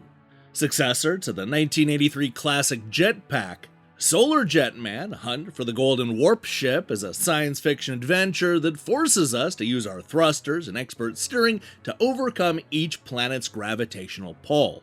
As expected, the British magazines that actually grew up with Jetpack ended up loving this follow-up, with Mean Machines, Nintendo Magazine System, and Computer and Video Games giving it near-perfect scores. American magazines like GamePro and Electronic Gaming Monthly were, well, let's just say they were less impressed. Holy... Same graphics, same moves. It looks like the arcade, man. Arcade, man. 16 bits. 16 bits! All I can say is... Killer Instinct only on Super NES, complete with Killer Cuts game music CD. It's totally uncensored. So who needs a new system? Welcome back. We're looking at number 120, Thunder Force 2 on the Genesis. While it may not be the Thunder Force game that people want, it is the one and only Thunder Force game that we have. Sure, it's nowhere close to being on the same level as the higher profile sequels, but there's still a whole lot of shoot 'em up fun to be mined out of Thunder Force 2. Number 119, Donkey Kong Land 3 on the Game Boy. Coming out of nowhere, the Donkey Kong Land trilogy helped to keep the Game Boy going for a few extra years. While the critics liked the third installment more than the previous game, some were a little frustrated that it is, yet again, more of the same. What elevated the platformer was its technical achievement, pulling off animation previously unheard of on the aging hardware. Number 118, Donkey Kong Country 3 on the Super NES. By the time the third Donkey Kong Country game rolled around in late 1996, the video games industry was in a very different place. Not only were Sony and Sega locked in a 32-bit console war, but Nintendo had finally released their 64-bit system and had pivoted towards the future. As a result, the critics weren't as into it, complaining that the gameplay hadn't changed and was starting to feel a bit outdated. Still, with strong scores from EGM and Game Informer, this third installment managed to score up a solid average of 82%. Number 117, Super Soccer on the Super NES. Super Soccer has the distinction of being the first and, so far, only Nintendo Switch Online game to be delisted. But hey, it feels wrong to not include it in this list. One of the very few soccer games on the service, this was part of the long-running Formation Soccer franchise, which has bounced around to all types of different consoles. The critics were into it, but most agreed that it was not one of Nintendo's best sports games. Number 116, Super Mario Land on the Game Boy. While certainly not on the same level as his console adventures, Mario's first foray onto the handheld isn't half bad. It's full of fresh ideas and unique gameplay, with some levels actually turning the 2D platformer into a shoot 'em up. The critics were into the variety, but complained about the short length. Number 115, Jet Force Gemini on the Nintendo 64. Having already conquered both 3D platformers with Banjo-Kazooie and first-person shooters with GoldenEye 007, there was really only one thing left for Rare to do: combine the two genres. Unfortunately, the results were kinda mixed, with many critics complaining that it was really boring and that it would have been better off leaving some of this on the cutting room floor. It's long, bloated, and wears out its welcome, despite introducing a bunch of charming characters and shaking up the platforming genre. Number 114, Crusader of Senti on the Genesis. One of several great adventure games inspired by The Legend of Zelda, Crusader of Senti has a lot going for it. Some critics complained that it was a little bit too derivative of other adventure games, but most liked it enough to give it a strong recommendation. Sadly, this 16-bit classic was completely overshadowed by A Link to the Past on the Super NES. Number 113, Kuro Kuro Kuroin on the Game Boy Advance. Kuruin is yet another Game Boy Advance classic that never made its way to North America, despite coming out in Europe and Japan. With the exception of Edge, who couldn't muster up anything higher than a 7 out of 10, the British press was all over this oddly addictive puzzler. This is yet another hidden gem that's been given a second life on the Nintendo Switch Online. Number 112, Stunt Race Effects on the Super NES. Nintendo hoped that Stunt Race Effects would do for racing games what Star Fox did for shoot-'em-ups. While I'm not exactly sure that it succeeded at that goal, this 1994 racer did pick up high scores from magazines like Super Play, Hyper, and Game Players. That said, both Electronic Gaming Monthly and Nintendo Power voiced disappointment in their reviews. Number 111, Kid Chameleon on the Genesis. They may not have the best graphics, but Kid Chameleon has a shocking amount of depth. It's a massive game with hundreds of levels and all kinds of power-ups to uncover. While the critics liked many of the new concepts found in this action game, they felt that it didn't all come together to make a cohesive package. Number 110, Super R-Type on the Super NES. An early generation Super NES shoot-'em-up with all the early generation Super NES problems. While the critics loved the horror theme and the vibrant visuals, pretty much everybody agreed about the slowdowns and the flicker problems. They much preferred R-Type 3, which has yet to make its way to the Nintendo Switch Online. Fingers crossed! Number 109, Zero Wing on the Genesis. While it's often mocked for having poor localization, Zero Wing defies bad grammar by being one of the greatest shoot-'em-ups of all time. The critics were impressed with this Toplin arcade port, raving about the story, the cinemas, and the fast-paced action. Shooter fans looking for a challenge should look no further than Zero Wing. Number 108, Alien Soldier on the Genesis. A classic run-and-gun shooter that very few magazines reviewed due to it being limited to the short-lived Sega channel. Now, 30 years later, Nintendo Switch Online subscribers can enjoy one of Treasure's most underrated games. If you like Gunstar Heroes and Contra, then you owe it to yourself to battle it out through Alien Soldier. Number 107, Golden Sun: The Lost Stage on the Game Boy Advance. Coming out 2 years after the original, Golden Sun: The Lost Stage was now one of many role-playing games on the Game Boy Advance. The critics were happy to continue the story, but it was clear from both the scores and the write-ups that the enthusiasm was way down. They argued that it's inaccessible for new players, has wonky control, and doesn't do enough to improve on the original. Number 106, Castlevania Bloodlines on the Genesis. The critics were a little bit thrown off by the World War setting and the brand new characters, but they ultimately felt that Bloodlines was worthy of the Castlevania name. That said, many complained that it was a step backwards after Super Castlevania 4 on the Super Nintendo. Number 105, Killer Instinct on the Super NES. The game that was supposed to be the big showpiece for the Nintendo 64 was downgraded to fit on the Super Nintendo in 1995. The result is pretty much what you'd expect, with some critics impressed with the accuracy of the port, while others complained that the core game wasn't that good to start with. Impressive on a technical level, but maybe not when it comes to the gameplay. Number 104, The Legend of Zelda on the Nintendo Entertainment System. Just narrowly missing the top 10, The Legend of Zelda was a well-received game that helped to define the adventure genre in the 1980s. The critics loved the large overworld maps as well as the various puzzles found in the different dungeons. Really, the only complaint on critics' minds was the slightly higher than normal asking price. Number 103, Wario Land 4 on the Game Boy Advance. Perhaps seeing the recent success of wannabes like Anton Blast and Pizza Tower, Nintendo finally got around to giving us Wario Land 4. While many critics were impressed by the graphics and the animation, some magazines like Electronic Gaming Monthly complained that it repeated too much on the same beats from the first 3 games. Even Nintendo Power seemed frustrated that the platformer was nothing new and more of the same. Number 102, Mega Man 4 on the Game Boy. Releasing 4 Mega Man games in just 2 years, Capcom sure was in a hurry to strike while the iron was hot. Or maybe they assumed that the system would peter out in a few years, like most consoles. Either way, here we are with yet more levels pulled directly from the Nintendo Entertainment System games. The critics still liked the formula, though slightly preferred the first two games in the series. Number 101, Contra Hard Corps on the Genesis.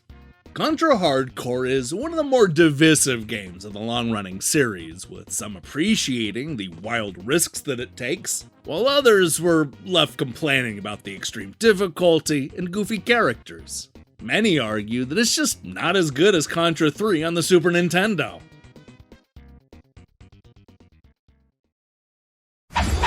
You're getting very greedy. You are me, Wario. You're very handsome. You have amazing powers. Plunder and pillage pirates' treasure. Bag a bazillion coins. Buy me a castle bigger than Mario's. Repeat after me. I'm the bad guy in Wario Land, Super Mario Land 3, where being bad is good and greed is good. Come and get it on Game Boy, greedy. Alright, we're back with number 100, Shining Force on the Genesis. At a time when Nintendo was dubious that American gamers would get into the Fire Emblem series, Sega was full speed ahead with their own fantasy-themed strategy game. Shining Force is surprisingly easy to get into and has a compelling enough story to get you from one exciting battle to the next. It's really only this low on the list because early 90s critics were confused by both strategy and role-playing games. Number 99, F-Zero GX on the GameCube. An F-Zero game coming in 99th place? Well, that's appropriate. In this case, it's the 2003 racer from Amusement Vision that once again reinvents the series for a brand new console. Is F-Zero GX fast? Absolutely. Is it challenging? Oh yeah. Is it fun? Well, most of the critics loved it, with magazines like GMR, GBA World, and GamePro hovering around the 90% range. Electronic Gaming Monthly, on the other hand, represented the bottom of the scale, giving it a 7.8 out of 10. Number 98, Toe Jam and Earl on the Genesis. Critics weren't sure what to make about the funky duo when they first debuted in 1991. While most liked the co-op play and the leisurely pacing, many were left scratching their head by the weirdness. Some didn't even understand what they were supposed to be doing, leading to a few low scores. Number 97, The Immortal on the Nintendo Entertainment System. That's right, The Immortal was able to outscore The Legend of Zelda. I bet you didn't see that coming. Well, certainly not as culturally important as Link's adventure to save the princess. The Immortal still told a surprisingly compelling story with elements of horror, fighting, and magic throughout. The critics certainly preferred the Genesis version, but The Immortal on NES is no slouch. Number 96, Turok: Dinosaur Hunter on the Nintendo 64. Based on the comic series of the same name, Turok: Dinosaur Hunter was one of the earliest and best received first-person shooters on the Nintendo 64. Although many critics complained about the fog effect concealing huge chunks of the stage, most enjoyed the dinosaur-themed premise, the wide assortment of weapons, and the over-the-top storyline. Turok is a big step up from the games that Acclaim used to release in the 16-bit era. Number 95, Mega Man 2 on the Game Boy. Yet another great entry in the long-running Mega Man franchise. Coming just a few months after Dr. Wily's Revenge, Mega Man 2 feels more like an expansion pack than a true sequel. Still, we get another batch of levels pulled straight out of the Nintendo Entertainment System games. The critics were genuinely impressed with how close to the NES game this port comes, arguing that the only thing it lacks is the color. Number 94, Super Mario Bros. On the Nintendo Entertainment System. Look, there's no question that the critics liked Super Mario Bros., and this debut installment likely would have rated even higher if there were actually magazines and critics around when it launched. You see, by the time the critics got around to issuing their scores, Super Mario Bros. 2, and in some cases Super Mario Bros. 3, was already out, leading to some slightly lower scores. Number 93, Mega Man Dr. Wily's Revenge on the Game Boy. Although it's more of a greatest hits package than a full-on new game, Dr. Wily's Revenge was the first of many Mega Man games to hit the Game Boy in the 1990s. The critics were especially impressed with the big character sprites, the accurate stage design, and the attention to detail. Sure, a lot of concessions had to be made to fit it onto the handheld, but this Mega Man game is still a lot of fun. Number 92, Super Punch-Out on the Super NES. The much-anticipated sequel to one of Nintendo's most beloved sports games. Super Punch-Out was basically a retelling of the 8-bit game, now with better graphics and new characters. While Nintendo Power was down on the sequel, everybody else seemed to like it. Next Generation complained about the choppy animation, but conceded that most everything else was done to perfection, making Super Punch-Out a great tribute to the original classic. Yeah, hard to disagree with that. Number 91, Alicia Dragoon on the Genesis. Ah yes, the all-too-familiar story of a girl and her dragon. GamePro ended up giving Alicia Dragoon a perfect score, while diehard game fans suggested that this action platformer was a good way to kick depression. On the other hand, the naysayers called it repetitive and boring, resulting in an average of 86%. Number 90, Kirby's Dream Land on the Game Boy. One of the very few long-running Nintendo franchises to get its start on the Game Boy, Kirby's Dream Land introduced the world to everybody's favorite Super Sucker. But longtime fans may be a bit surprised to find out that not all of his iconic moves were there from the very start. The critics praised the charming visuals and accessible gameplay, but found the game to be a bit on the easy side. Number 89, Congo's Caper on the Super NES. After seeing the success of prehistoric platformer Joe and Mac, Data East decided to try their luck again with Congo's Caper, an action game starring a half-human, half-monkey boy who goes on an epic quest to save his girlfriend from demons. While not directly connected to the caveman ninjas, the Super NES game shares a lot of similarities, including locations, bosses, and the review scores. In fact, this spin-off managed to do even better, with Electronic Games giving it a 90% and GamePro going with their patented score of 5 out of 5. Not bad for a half-monkey boy. Number 88, Mario Golf on the Nintendo 64. Well, it's true that Mario loves all kinds of sports games. His favorite seems to be golf. This 1999 version of Mario Golf takes the plumber and his friends to the Mushroom Kingdom-themed links. The result is a good, albeit safe, sports game with colorful graphics, bright Calypso-style music, and a bunch of fun multiplayer modes. Some critics pointed out that it's just Hot Shots Golf in Mario's clothing, but who cares? This game is fun, no matter who it stars. Number 87, Blaster Master on the Nintendo Entertainment System.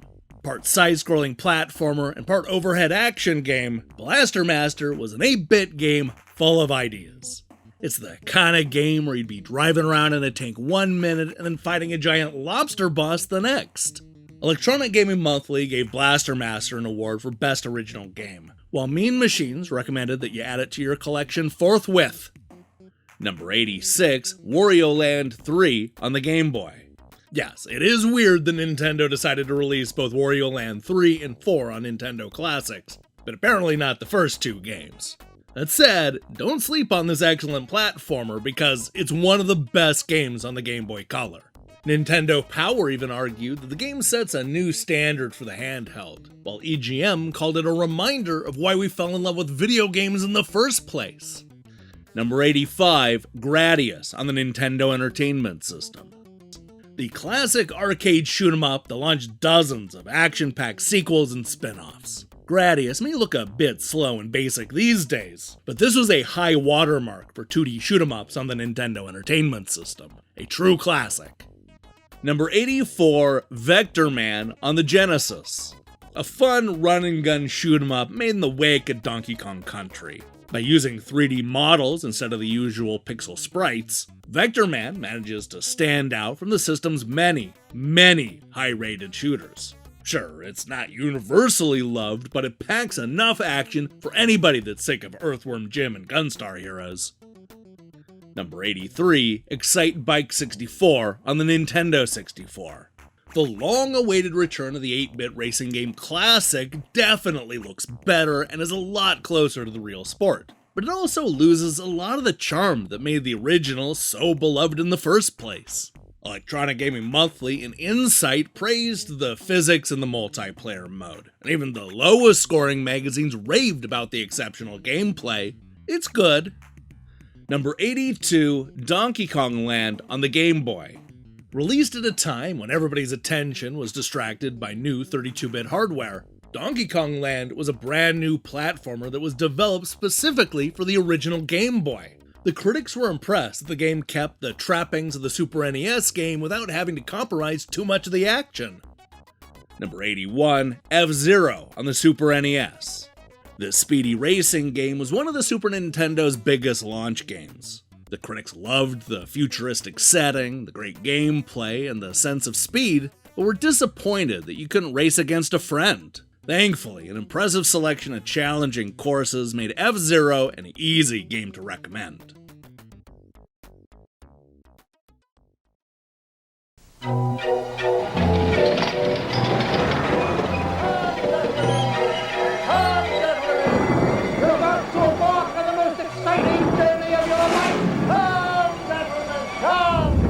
Fasten your seatbelts for a 360-degree burnout. Precision handling for 1 to 4 drivers. New Mario Kart 64. It really kicks asphalt.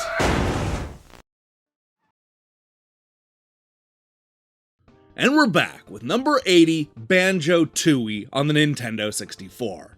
Released relatively late in the Nintendo 64's life, Banjo-Tooie came out at a time when many critics were starting to openly complain about 3D platformer fatigue. Between the PlayStation and the Nintendo 64, the genre had been done to death, and the massive size and the amount of stuff that you had to collect in this sequel ended up working against it. Everybody agreed that it's still well made and you definitely get your money's worth, but it's clear that the genre was in desperate need of some shaking up. Number 79, The Legend of Zelda, The Minish Cap on the Game Boy Advance. Released between Wind Waker and Twilight Princess, The Legend of Zelda Minish Cap takes us back to the overhead perspective, and the critics were mostly into it.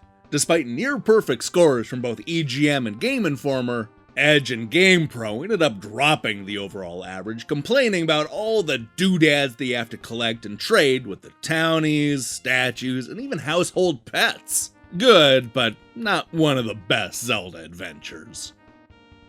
Number 78, Blast Corps on the Nintendo 64. One of Rare's greatest and most outrageous games is also the one that baffled the critics the most. Blast Corps is endlessly creative and easily the most cathartic game on the Nintendo 64. But the critics didn't exactly know what to make of the strange concept. Many were impressed by the amount of content and the massive explosions, though a few did call it repetitive and pointless. Man, Blast Corps deserves better. Number 77, Pilot Wings on the Super NES. Although widely considered more of a tech demo than a proper game, Pilot Wings still managed to impress both critics and fans, making it one of the system's first showpiece titles.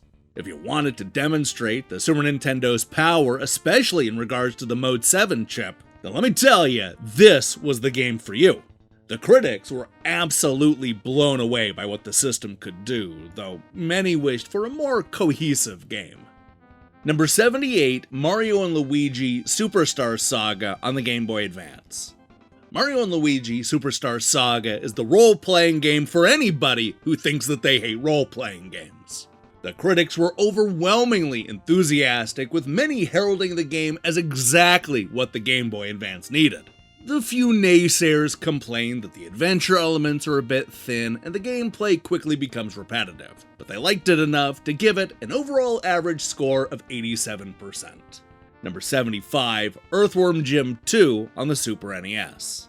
After wowing critics with the explosive introduction of Earthworm Jim, it was really only a matter of time before the run-and-gun shooter got a sequel that was even more over the top than the first.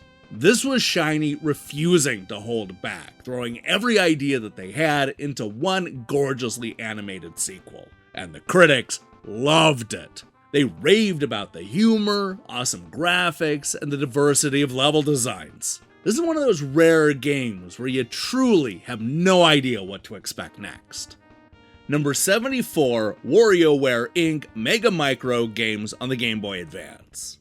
Sure, the critics were baffled, dumbfounded, confused, and even weirded out by the first WarioWare game, but they were also charmed and entertained. Electronic Gaming Monthly, Nintendo Power, and even Computer and Video Games all fell in love with the fast-paced minigame collection.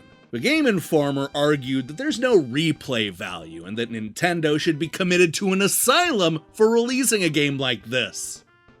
Number 73, Cobra Triangle on the Nintendo Entertainment System. At first glance, Cobra Triangle looks like a water-based version of RC Pro-Am. And then the Sea Serpent shows up and makes you completely rethink everything that you thought about this action racing hybrid. This is not just a great NES game. Cobra Triangle is one of Rare's very best games. Number 72, Shinobi 3 Return of the Ninja Master on the Genesis. If you ask me, Shinobi 3 is easily one of the 5 best Genesis games of all time. But frustratingly, the critics' average has it sitting at number 16. EGM called it the best game in the Shinobi series, but Sega Power disagreed, dragging that average down with a so-so 79%. Oh man, it's definitely better than that. Number 71, Mario Kart 64 on the Nintendo 64. Make no mistake about it, the critics like Mario Kart 64. They enjoyed the 4-player gameplay, the new level designs, and the speedier gameplay. But let me tell you, after that Super NES game came out swinging, many critics were actually a little bit disappointed that Nintendo played it so safe. Even the magazines that gave the game the highest scores noted that Mario 64 is not as revolutionary as many of the other Nintendo 64 games. That said, it still managed to earn an impressive 87%. Number 70, Pokemon Puzzle League on the Nintendo 64. Never mind that this is just paneled upon with more Pokemon trappings. Puzzle League really is one of the best multiplayer games on the Nintendo 64, a system that is specifically known for having a lot of great multiplayer games. It's also just one hell of a puzzle game, forcing players to work out a lot of problems in some pretty clever ways. That said, Hyper and Next Generation complained that Jigglypuff didn't exactly have a whole lot to do in the game. Number 69, Ridge Racer 64 on the Nintendo 64. Now you may think of Ridge Racer as a PlayStation game, but 5 years after it launched with Sony's console, a brand new cartridge version was made for the Nintendo 64. Featuring tracks from both Ridge Racer and Ridge Racer Revolution, as well as console-exclusive levels called Renegade, this is a really good rendition of two aging racing games. I say good, but there were definitely bigger, better, and more robust racing games on the market for both the PlayStation and the Nintendo 64. Number 68, Paper Mario on the Nintendo 64. By 2001, the question had gone from can Mario work as a role-playing game to can Mario work as a role-playing game without Square on board? Thankfully, that concern was short-lived, because Paper Mario is yet another great game on the Nintendo 64. Next Generation didn't mince words when they called it one of the best RPGs ever, and even the most negative critics agreed that the paper gimmick led to some truly creative and inspired moments. It's easy to see why this game spawned so many sequels. Number 67, Yoshi's Island Super Mario Advance 3 on the Game Boy Advance. A big step up from the first Super Mario Advance game, at least when it comes to the scores. But it's also lagging way behind both ports of Super Mario Bros. 3 and Super Mario World. Yoshi's Island really is destined to be one of Mario's most controversial games. While everybody liked this port, with some even suggesting that it might actually be better on the handheld Game Boy Advance, it ultimately received lower scores from Edge and Pocket Gamer for simply not being as good as the other games in the Mario series. That said, Yoshi's Island has a loyal fan base, so your mileage may vary. Number 66, Snake, Rattle, and Roll on the Nintendo Entertainment System.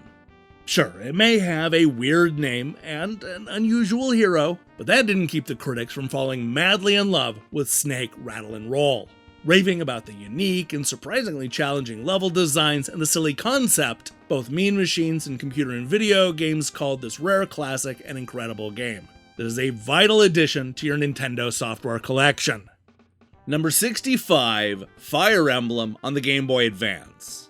I think we can all agree that Nintendo took far too long to release a Fire Emblem game in the West, but at least they eventually came to their senses, right?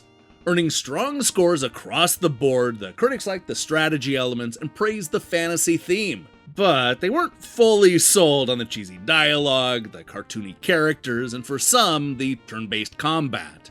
Pretty much everybody compared it to Advance Wars in both good and bad ways. Number 64, Pokemon Snap on the Nintendo 64. If you're sick of trying to catch 'em all the old-fashioned way, then perhaps you'd prefer a relaxing ride through an island filled with all sorts of pocket monsters posing for the camera. Believe it or not, Pokemon Snap is actually the top-rated Pokemon game on the Nintendo 64. It's also a radical departure from the other games in the series, creating a fun and oddly relaxing experience that'll appeal to those that even have no interest in throwing balls or winning tournaments. Number 63, Dr. Robotnik's Mean Bean Machine on the Genesis. Also known as Puyo Puyo or even Kirby's Avalanche, the Sonic-themed reskin captures everything that people loved about the original puzzler, all while adding a little bit to Dr. Robotnik's lore. While EGM and Hyper complained that it wasn't as good as Tetris, everybody else fell in love with this addictive and surprisingly competitive puzzle game. Number 62, Donkey Kong on the Game Boy. More than just a port of an arcade game, Donkey Kong 94 contains one of gaming's greatest twists. What starts out as a fairly traditional version of Donkey Kong quickly turns into something fresh and exciting. The critics loved the surprise, raving about the treasure trove of content and how good it looks on the Super Game Boy. Everybody was just happy that after a decade-long hiatus, Kong was finally back to reclaim his throne. Number 61, Dynamite Headdy on the Genesis. Released at a time when pretty much everybody wanted more Gunstar heroes, Dynamite Headdy is a jarring left turn for treasure. It's a head-butting platformer where our puppet hero wears different types of heads in order to battle all kinds of the craziest bosses of the 16-bit era. Largely overshadowed, this is a weird game that remains a lot of fun. Not at the same level as Gunstar, but still one of Treasure's best.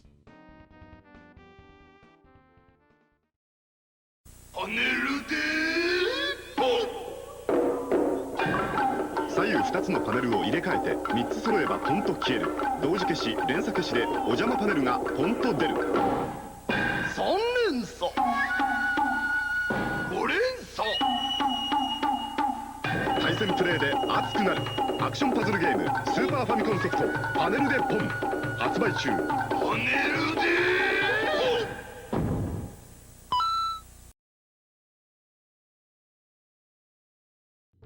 We're back once again with number 60, Survival Kids on the Game Boy Color. One of the most exciting and rarest games to hit the Nintendo Classics app. Survival Kids is a mix of Legend of Zelda and Lord of the Flies. And while there weren't a whole lot of reviews back in 1999, those that actually played it ended up having a great time. Computer and Video Games called it totally original and totally great, and I agree. Number 59, Panel de Pon on the Super NES. There are a lot of great puzzle games on the Nintendo Switch Online service, and Panel de Pon is one of the best. If that name doesn't sound familiar, then you may know it as Tetris Attack. It's actually part of the Puzzle League franchise, which would later connect with series as diverse as Pokemon, Dr. Mario, and even Animal Crossing. Not only did the critics love it, but most magazines actually gave it higher scores than the almighty Tetris. Everybody agreed that Panel de Pon was addictive stuff. Number 58, Kirby's Adventure on the Nintendo Entertainment System. After first debuting on the Game Boy, Kirby received a more ambitious sequel on the NES. Released only 9 months after Kirby's Dream Land hit store shelves, Kirby's Adventure took the platforming series one step further by adding color and more interesting level designs. They loved the advancements, but complained that the game was too easy. Number 57, Golden Sun on the Game Boy Advance.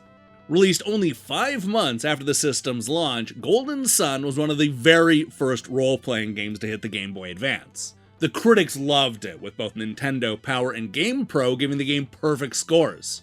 As usual, Edge was the outlier, complaining that it felt too much like a 16-bit role-playing game and didn't tell the full story. On the other hand, the rest of the critics actually liked the throwback nature of the game.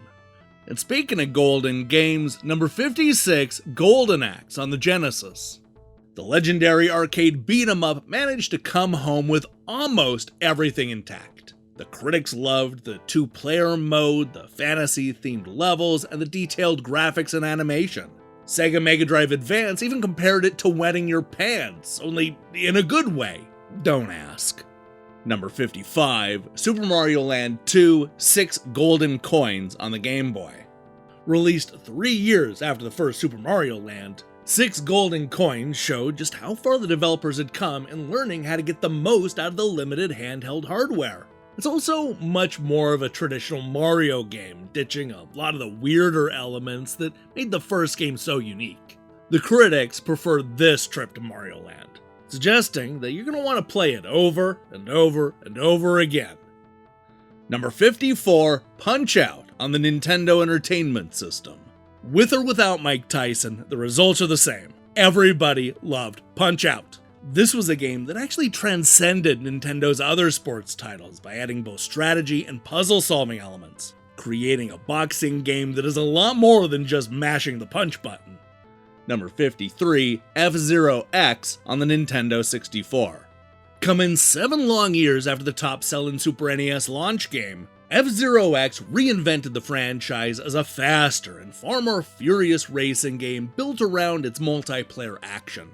While Nintendo Power raved about the speed, variety, and the silky play control, other critics were a little put off by the changes, preferring the old-school look and the gameplay. Number 52, Mario Golf on the Game Boy Color. This is a surprisingly big and sprawling golf game in the style of NES Open Tournament Golf, complete with Mario-centric courses and hazards. The critics called this a must-buy, even if you're not a big fan of the sport. Both Game Informer and Nintendo Power praised the amount of content that you'll find in what could have been a very simple Game Boy game. Number 51, Mario Tennis on the Game Boy Color. Donkey Kong 94 isn't the only Game Boy game full of surprises, because Mario Tennis gives players a fun and surprisingly robust role-playing game that's full of bad guys to take on and new worlds to conquer. The critics were a little confused, though a few of the naysayers complained about the repetitive gameplay, the questionable controls, and the baffling adventure mode. Number 50, Toe Jam and Earl in Panic on Funkotron for the Genesis. Side-scrolling sequel to one of the weirdest Genesis games ever made, Toe Jam and Earl in Panic on Funkotron shook up the formula in a lot of fun ways.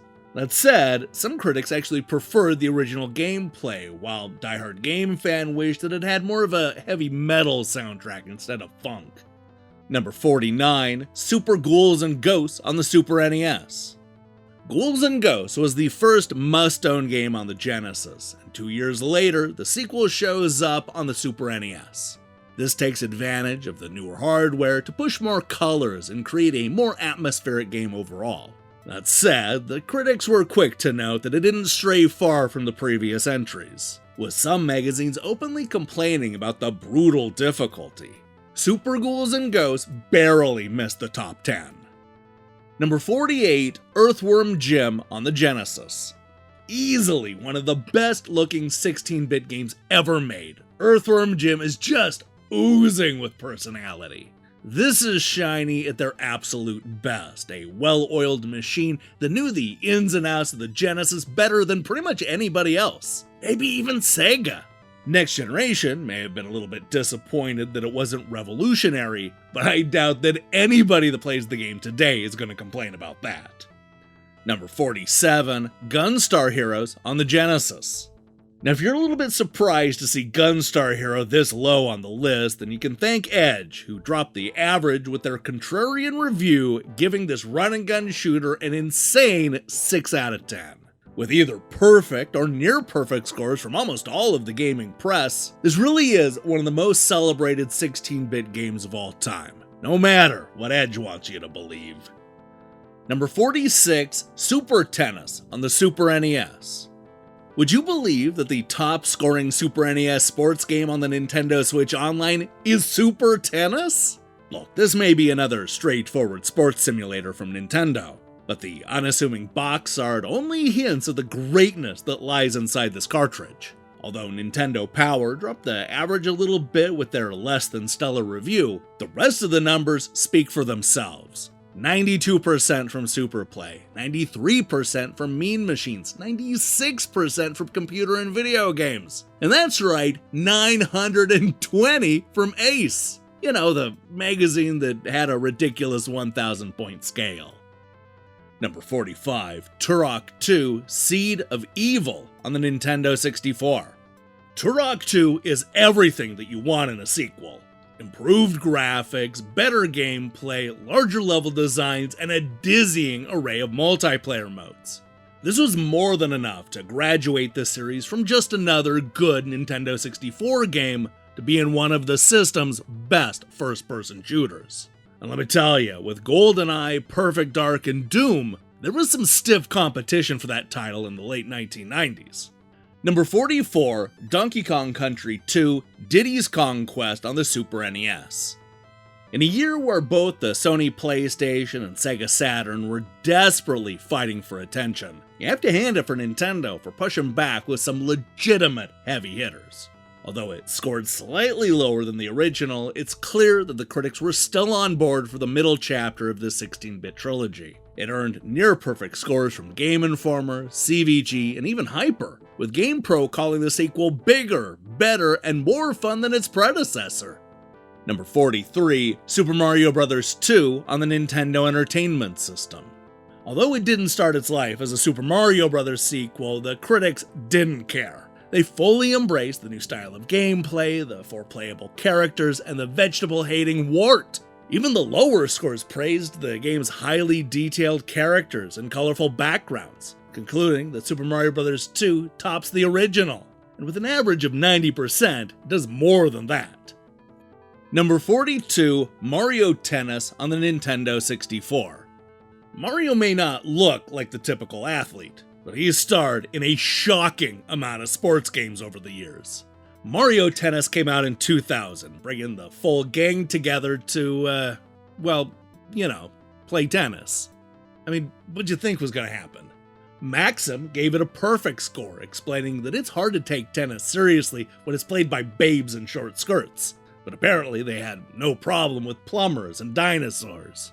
EGM, on the other hand, called it a must-buy, with all the other critics enthusiastically recommending the game. Number 41, Tetris DX on the Game Boy Color. Added to the service to coincide with the release of the wonderful Tetris Forever compilation, Tetris DX is the best version of the classic puzzler on the Game Boy. Forget the added color, the real star here is the ability to save your high scores. It didn't really offer much new in the form of content, but the critics didn't care. They were just happy to experience Tetris on the Game Boy Color. When is too much too much? To find out, we crammed everything into Super Mario World 2 Yoshi's Island. 60 more levels, massive enemies, huge Yoshi tricks, all served up with the latest graphic technology, Morphmation. No more. Sure you don't have room for another little bonus level?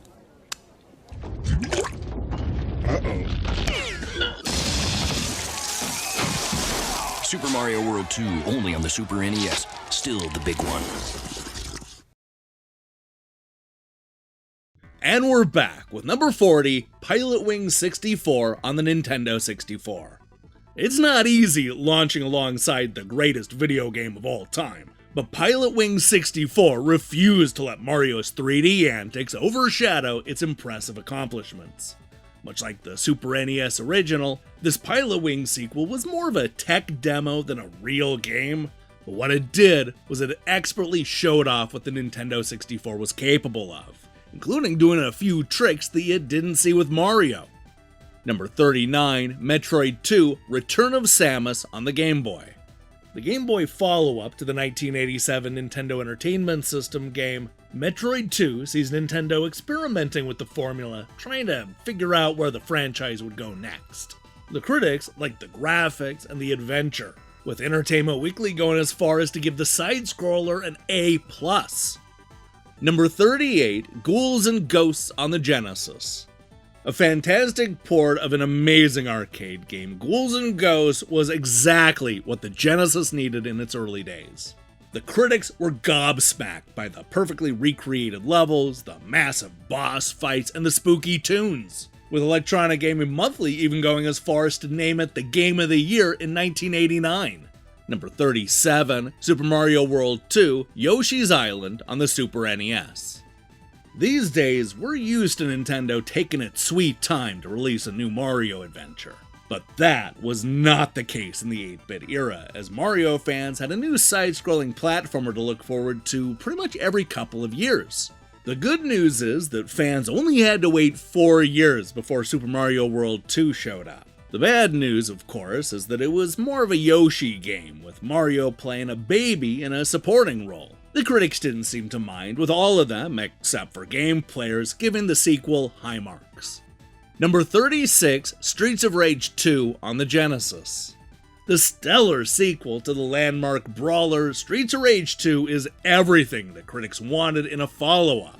It's got better graphics, cooler levels, and harder bosses. While most loved the sequel, it's curious that some magazines, like Electronic Gaming Monthly, chose not to review one of the biggest Genesis games of that year. Number 35, Metroid: Zero Mission on the Game Boy Advance. Having already proven that Metroid was a great fit for the Game Boy Advance with their 2002 release of Fusion, Nintendo followed that up with a real treat, a remake of the original 8-bit game that started it all. Everybody loved the visual upgrades, the eerie music, and the new level designs and the puzzles, though a few of the critics complained that it was over far too soon. Still, most of the magazines agreed that it was a wild ride, no matter the length. Number 34, Banjo-Kazooie on the Nintendo 64. For those who had already collected all 120 stars in Super Mario 64, Banjo-Kazooie was the next great 3D platformer. Winning the Game of the Month prize in Electronic Gaming Monthly's 110th issue, they called Banjo-Kazooie grand, beautiful, addictive, and most importantly, fun.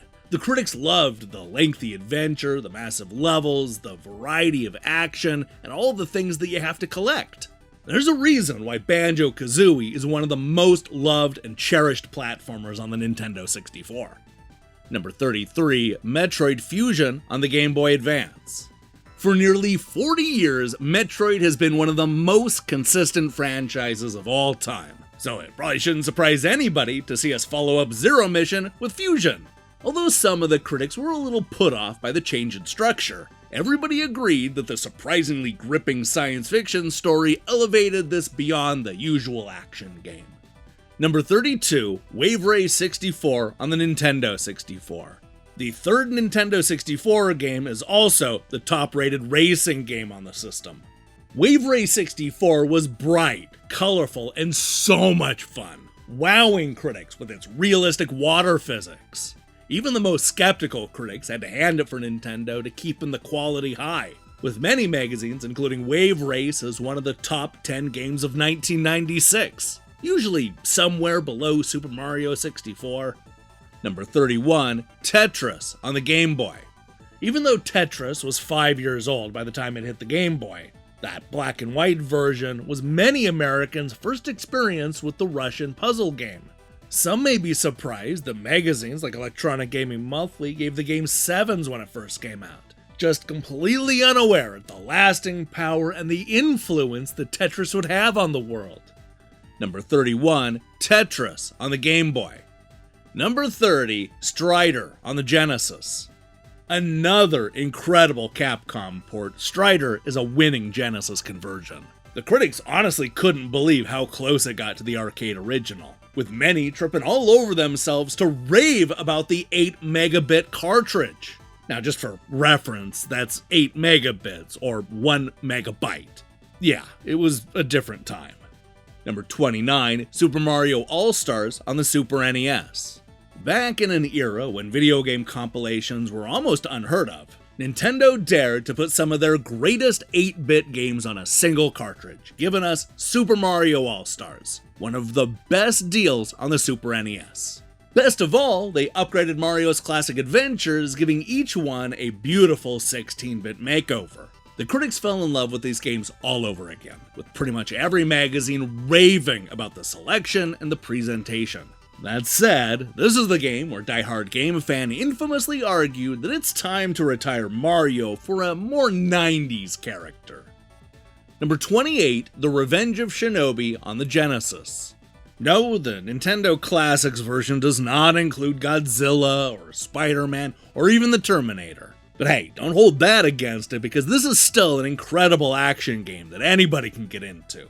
Across the board, the critics fell in love with the Shinobi sequel, preferring it over Shinobi 3 and Shadow Dancer. Number 27, Super Mario World, Super Mario Advance 2 on the Game Boy Advance. Jumping from Super Mario Bros. 2 all the way up to Super Mario World, and then Yoshi's Island, and Super Mario Bros. 3 in that order, the Mario Advance franchise is confusingly random. Of course, fans didn't care because this is easily one of Mario's most popular games. At only $30, EGM called this a steal, with GamePro wanting you to think about the potential of having a Link to the Past on the go. Hey, not so fast, we're getting there. Number 26, The Legend of Zelda Oracle of Ages on the Game Boy Color. Coming out just months before the launch of the Game Boy Advance, Oracle of Ages and Oracle of Seasons felt like Nintendo and Capcom giving the aging 8-bit hardware a final hurrah. It doesn't really matter the order you place Ages and Seasons because they both earned the same scores from the same critics. More than just a great Zelda game, Oracle of Ages was a celebration of what good developers were able to pull off on the Game Boy Color. Number 25, The Legend of Zelda Oracle of Seasons on the Game Boy Color. Number 2, The Legend of Zelda Oracle of Seasons.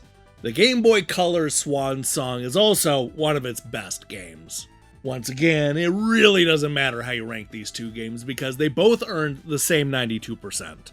The critics were just in awe at what the developers were able to pull off here. The detailed dungeons, the inventive puzzles, the epic adventure, and of course the cool items that kept you glued to not just one Oracle game, but 2! This is how you say goodbye to a system. Number 24, Star Fox 64 on the Nintendo 64. While nowhere near as revolutionary as the Super NES original, Star Fox 64 still managed to impress the critics with its vastly improved graphics and action-packed stages. While some complained about its short length, many were quick to push back that the game is full of different paths to take and it's going to require you a few tries before you actually see it all. They also loved the brand new multiplayer modes. Number 23, Super Mario Advance 4, Super Mario Bros. 3 on the Game Boy Advance. Yeah, it shouldn't surprise anybody that two of Mario's greatest 2D games are also two of the top-rated titles for the Game Boy Advance. Released 14 years after the 8-bit original and a decade after the Super NES glow-up, Super Mario Bros. 3 remained a hit with the critics, who liked that Nintendo expanded on the classic with e-reader support. No matter if you were new to the game or grew up loving it, everybody agreed that Super Mario Bros. 3 was a must-own Game Boy Advance game. And also, just to put it out there, the best of the Super Mario Advance franchise. Number 22, Donkey Kong Country on the Super NES. While Nintendo may have used Super Mario to help sell the Super NES in the early days, it was the supporting characters who did most of the heavy lifting late in the system's cycle. This was especially true when it came to Donkey Kong Country, which wowed critics by using 3D models instead of the typical pixel sprites. This remains the highest scoring game in GameFan's history, and even the lowest score is a 4 out of 5 from Next Generation. After a decade-long hiatus, Donkey Kong was once again a big hit with the critics. Number 21, Street Fighter II Special Champion Edition on the Genesis. While the critics may have preferred Street Fighter II Turbo on the Super NES, that doesn't matter, because this Genesis port, a Special Champion Edition, is the only Street Fighter on the service. Sure, it lacks a few colors, and the familiar music is awfully tinny, but let me tell you, there are certainly worse ways to play Street Fighter II.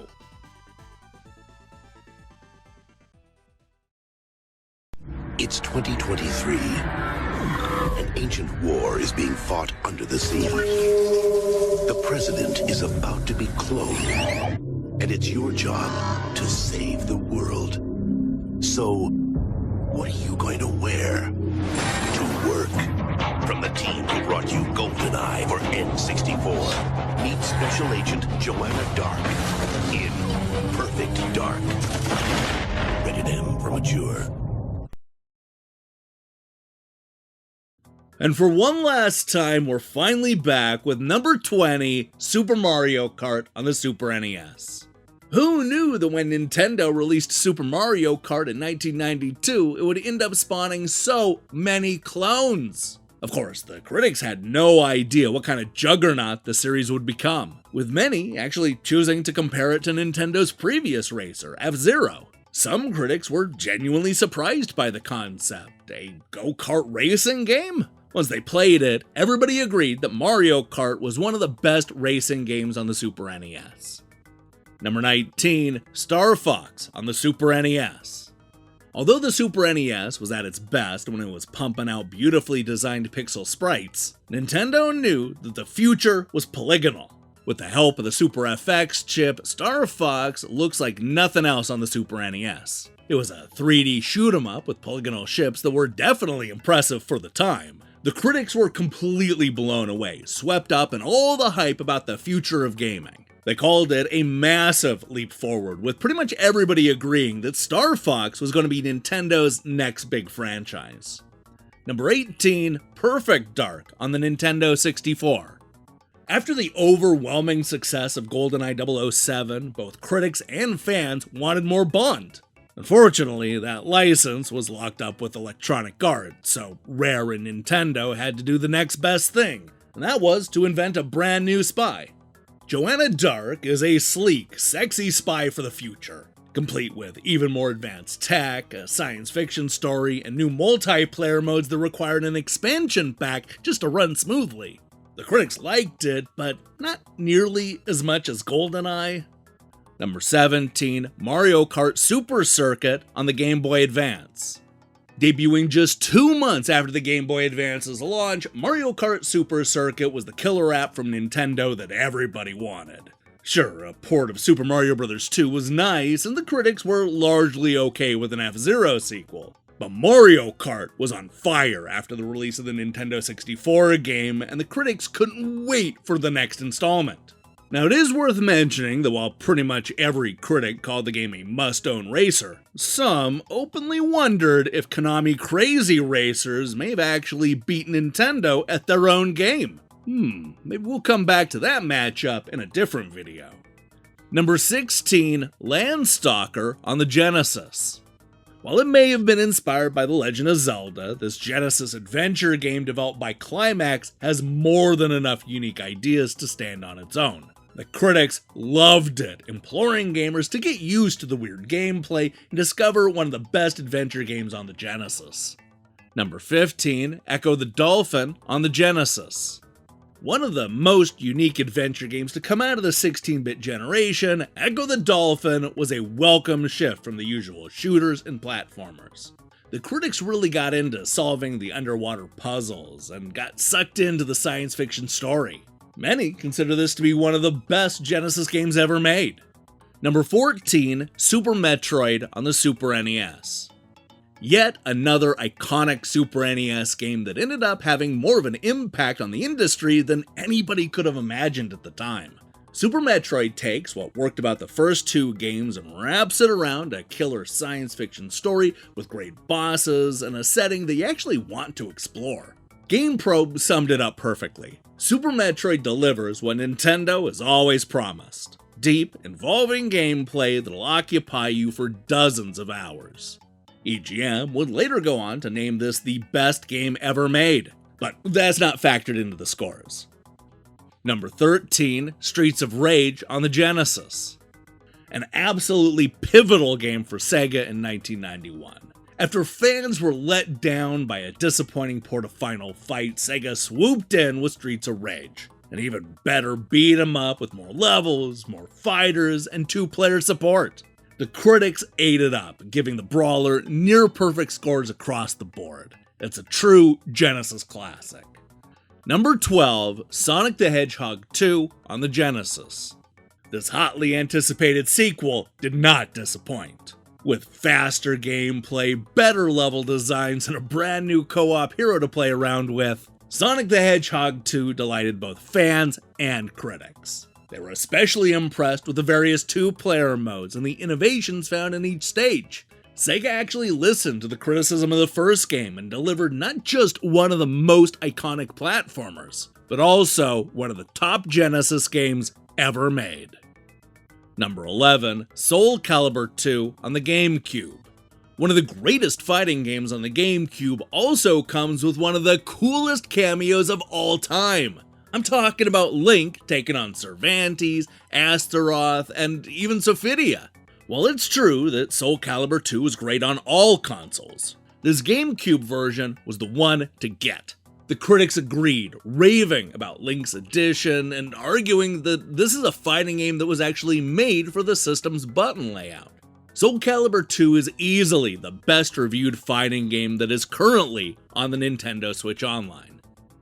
Number 10, The Legend of Zelda Majora's Mask on the Nintendo 64. Majora's Mask had the impossible task of being the Legend of Zelda installment that followed what many consider to be the greatest video game of all time. I mean, it could have cured cancer and it still would have been overshadowed by Ocarina of Time.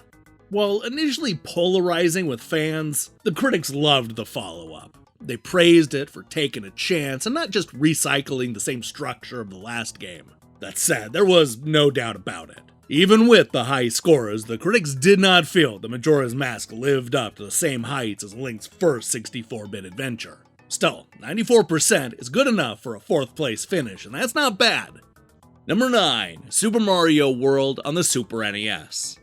The Super NES pack-in is also one of the system's greatest games. While a lot has been made over the years about Electronic Gaming Monthly being slightly disappointed in what they consider to be a safe sequel, the numbers don't lie, and the critics overwhelmingly raved about Super Mario World, with the word masterpiece being thrown around by just about everybody. It's true, Super Mario World is indeed a masterpiece. Number 8, The Legend of Zelda Link's Awakening DX on the Game Boy Color. That's right, it's another Nintendo classic countdown where The Legend of Zelda sits at the top of the pile.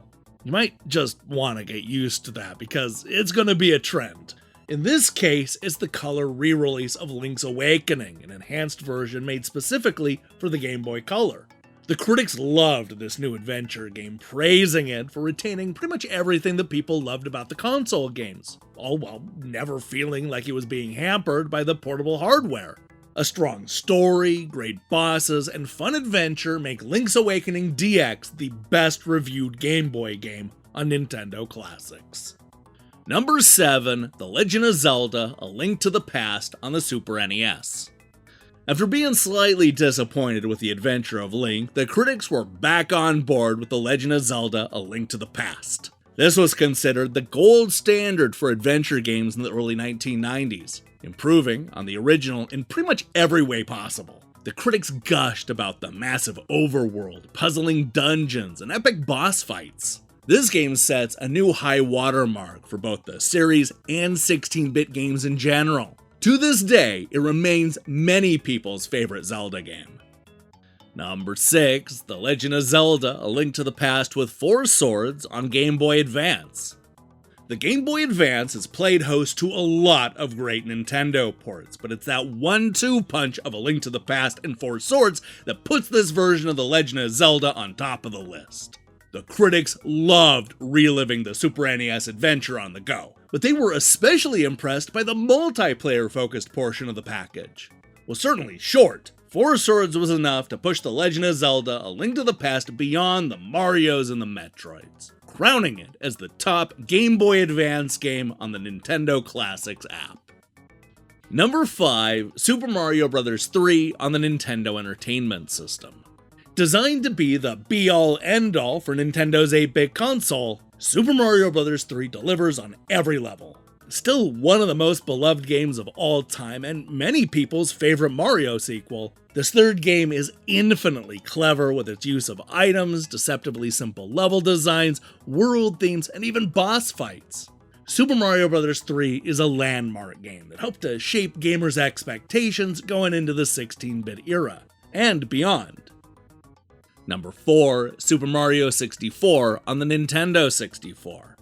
Not just a great launch game, but one of the most influential games ever made. Super Mario 64 was a sea change for the industry.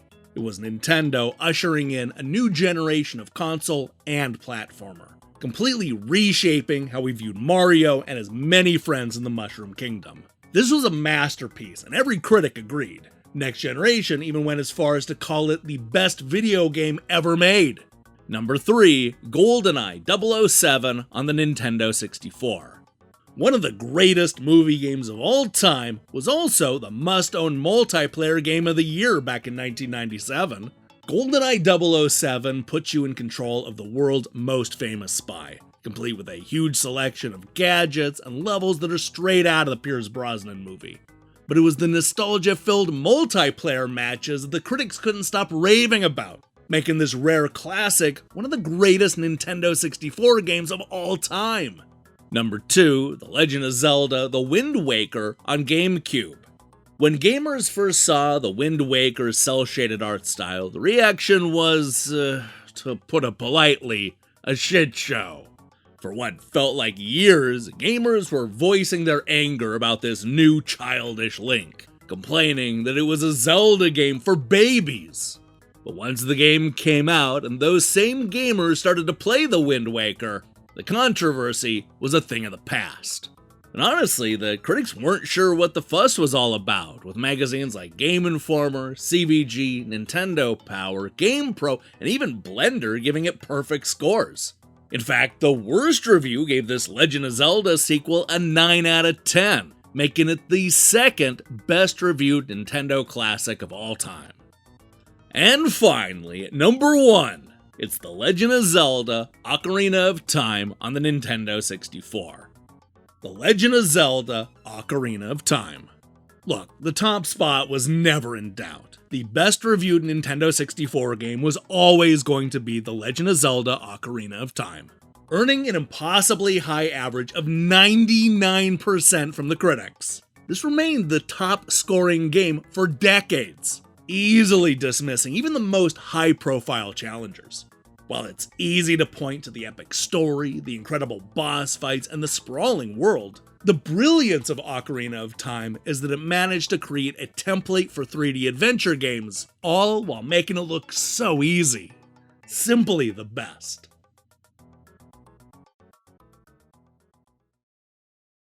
Day 19. I am concerned about the crew. After all, Echo the Dolphin is not just a game, it is an adventure. The graphics are so real, they don't want to go into the sea anymore.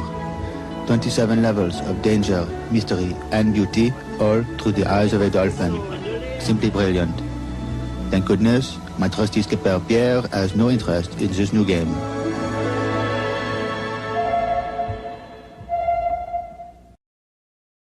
Hey, thanks for watching me break down these classic reviews. I'm not gonna lie, this project took a whole lot longer than anticipated. I naively went into these countdowns thinking that it wasn't going to take very long, but boy was I wrong. I feel like my entire life has been circling the series the last few weeks, and I'm actually really excited to move on to the next thing. If you like this epic countdown, or even one of the system lists that we posted, please do me a favor and tell somebody about it. Not random strangers, of course, but people that like classic magazines and reviews. Those people exist, right? Now, here's the question I have for you. What's the most shocking thing about this countdown? Is it a good game getting a low score? Maybe something getting an unexpectedly high score? Or maybe it's a trend that you noticed? Let me see your thoughts in the comments below. In other news, we still have a whole lot to get to this week, so don't think that we're gonna slack off just because there's an upcoming holiday weekend. While you wait for that, I strongly recommend you click that subscribe button and support what we're doing here. Until then,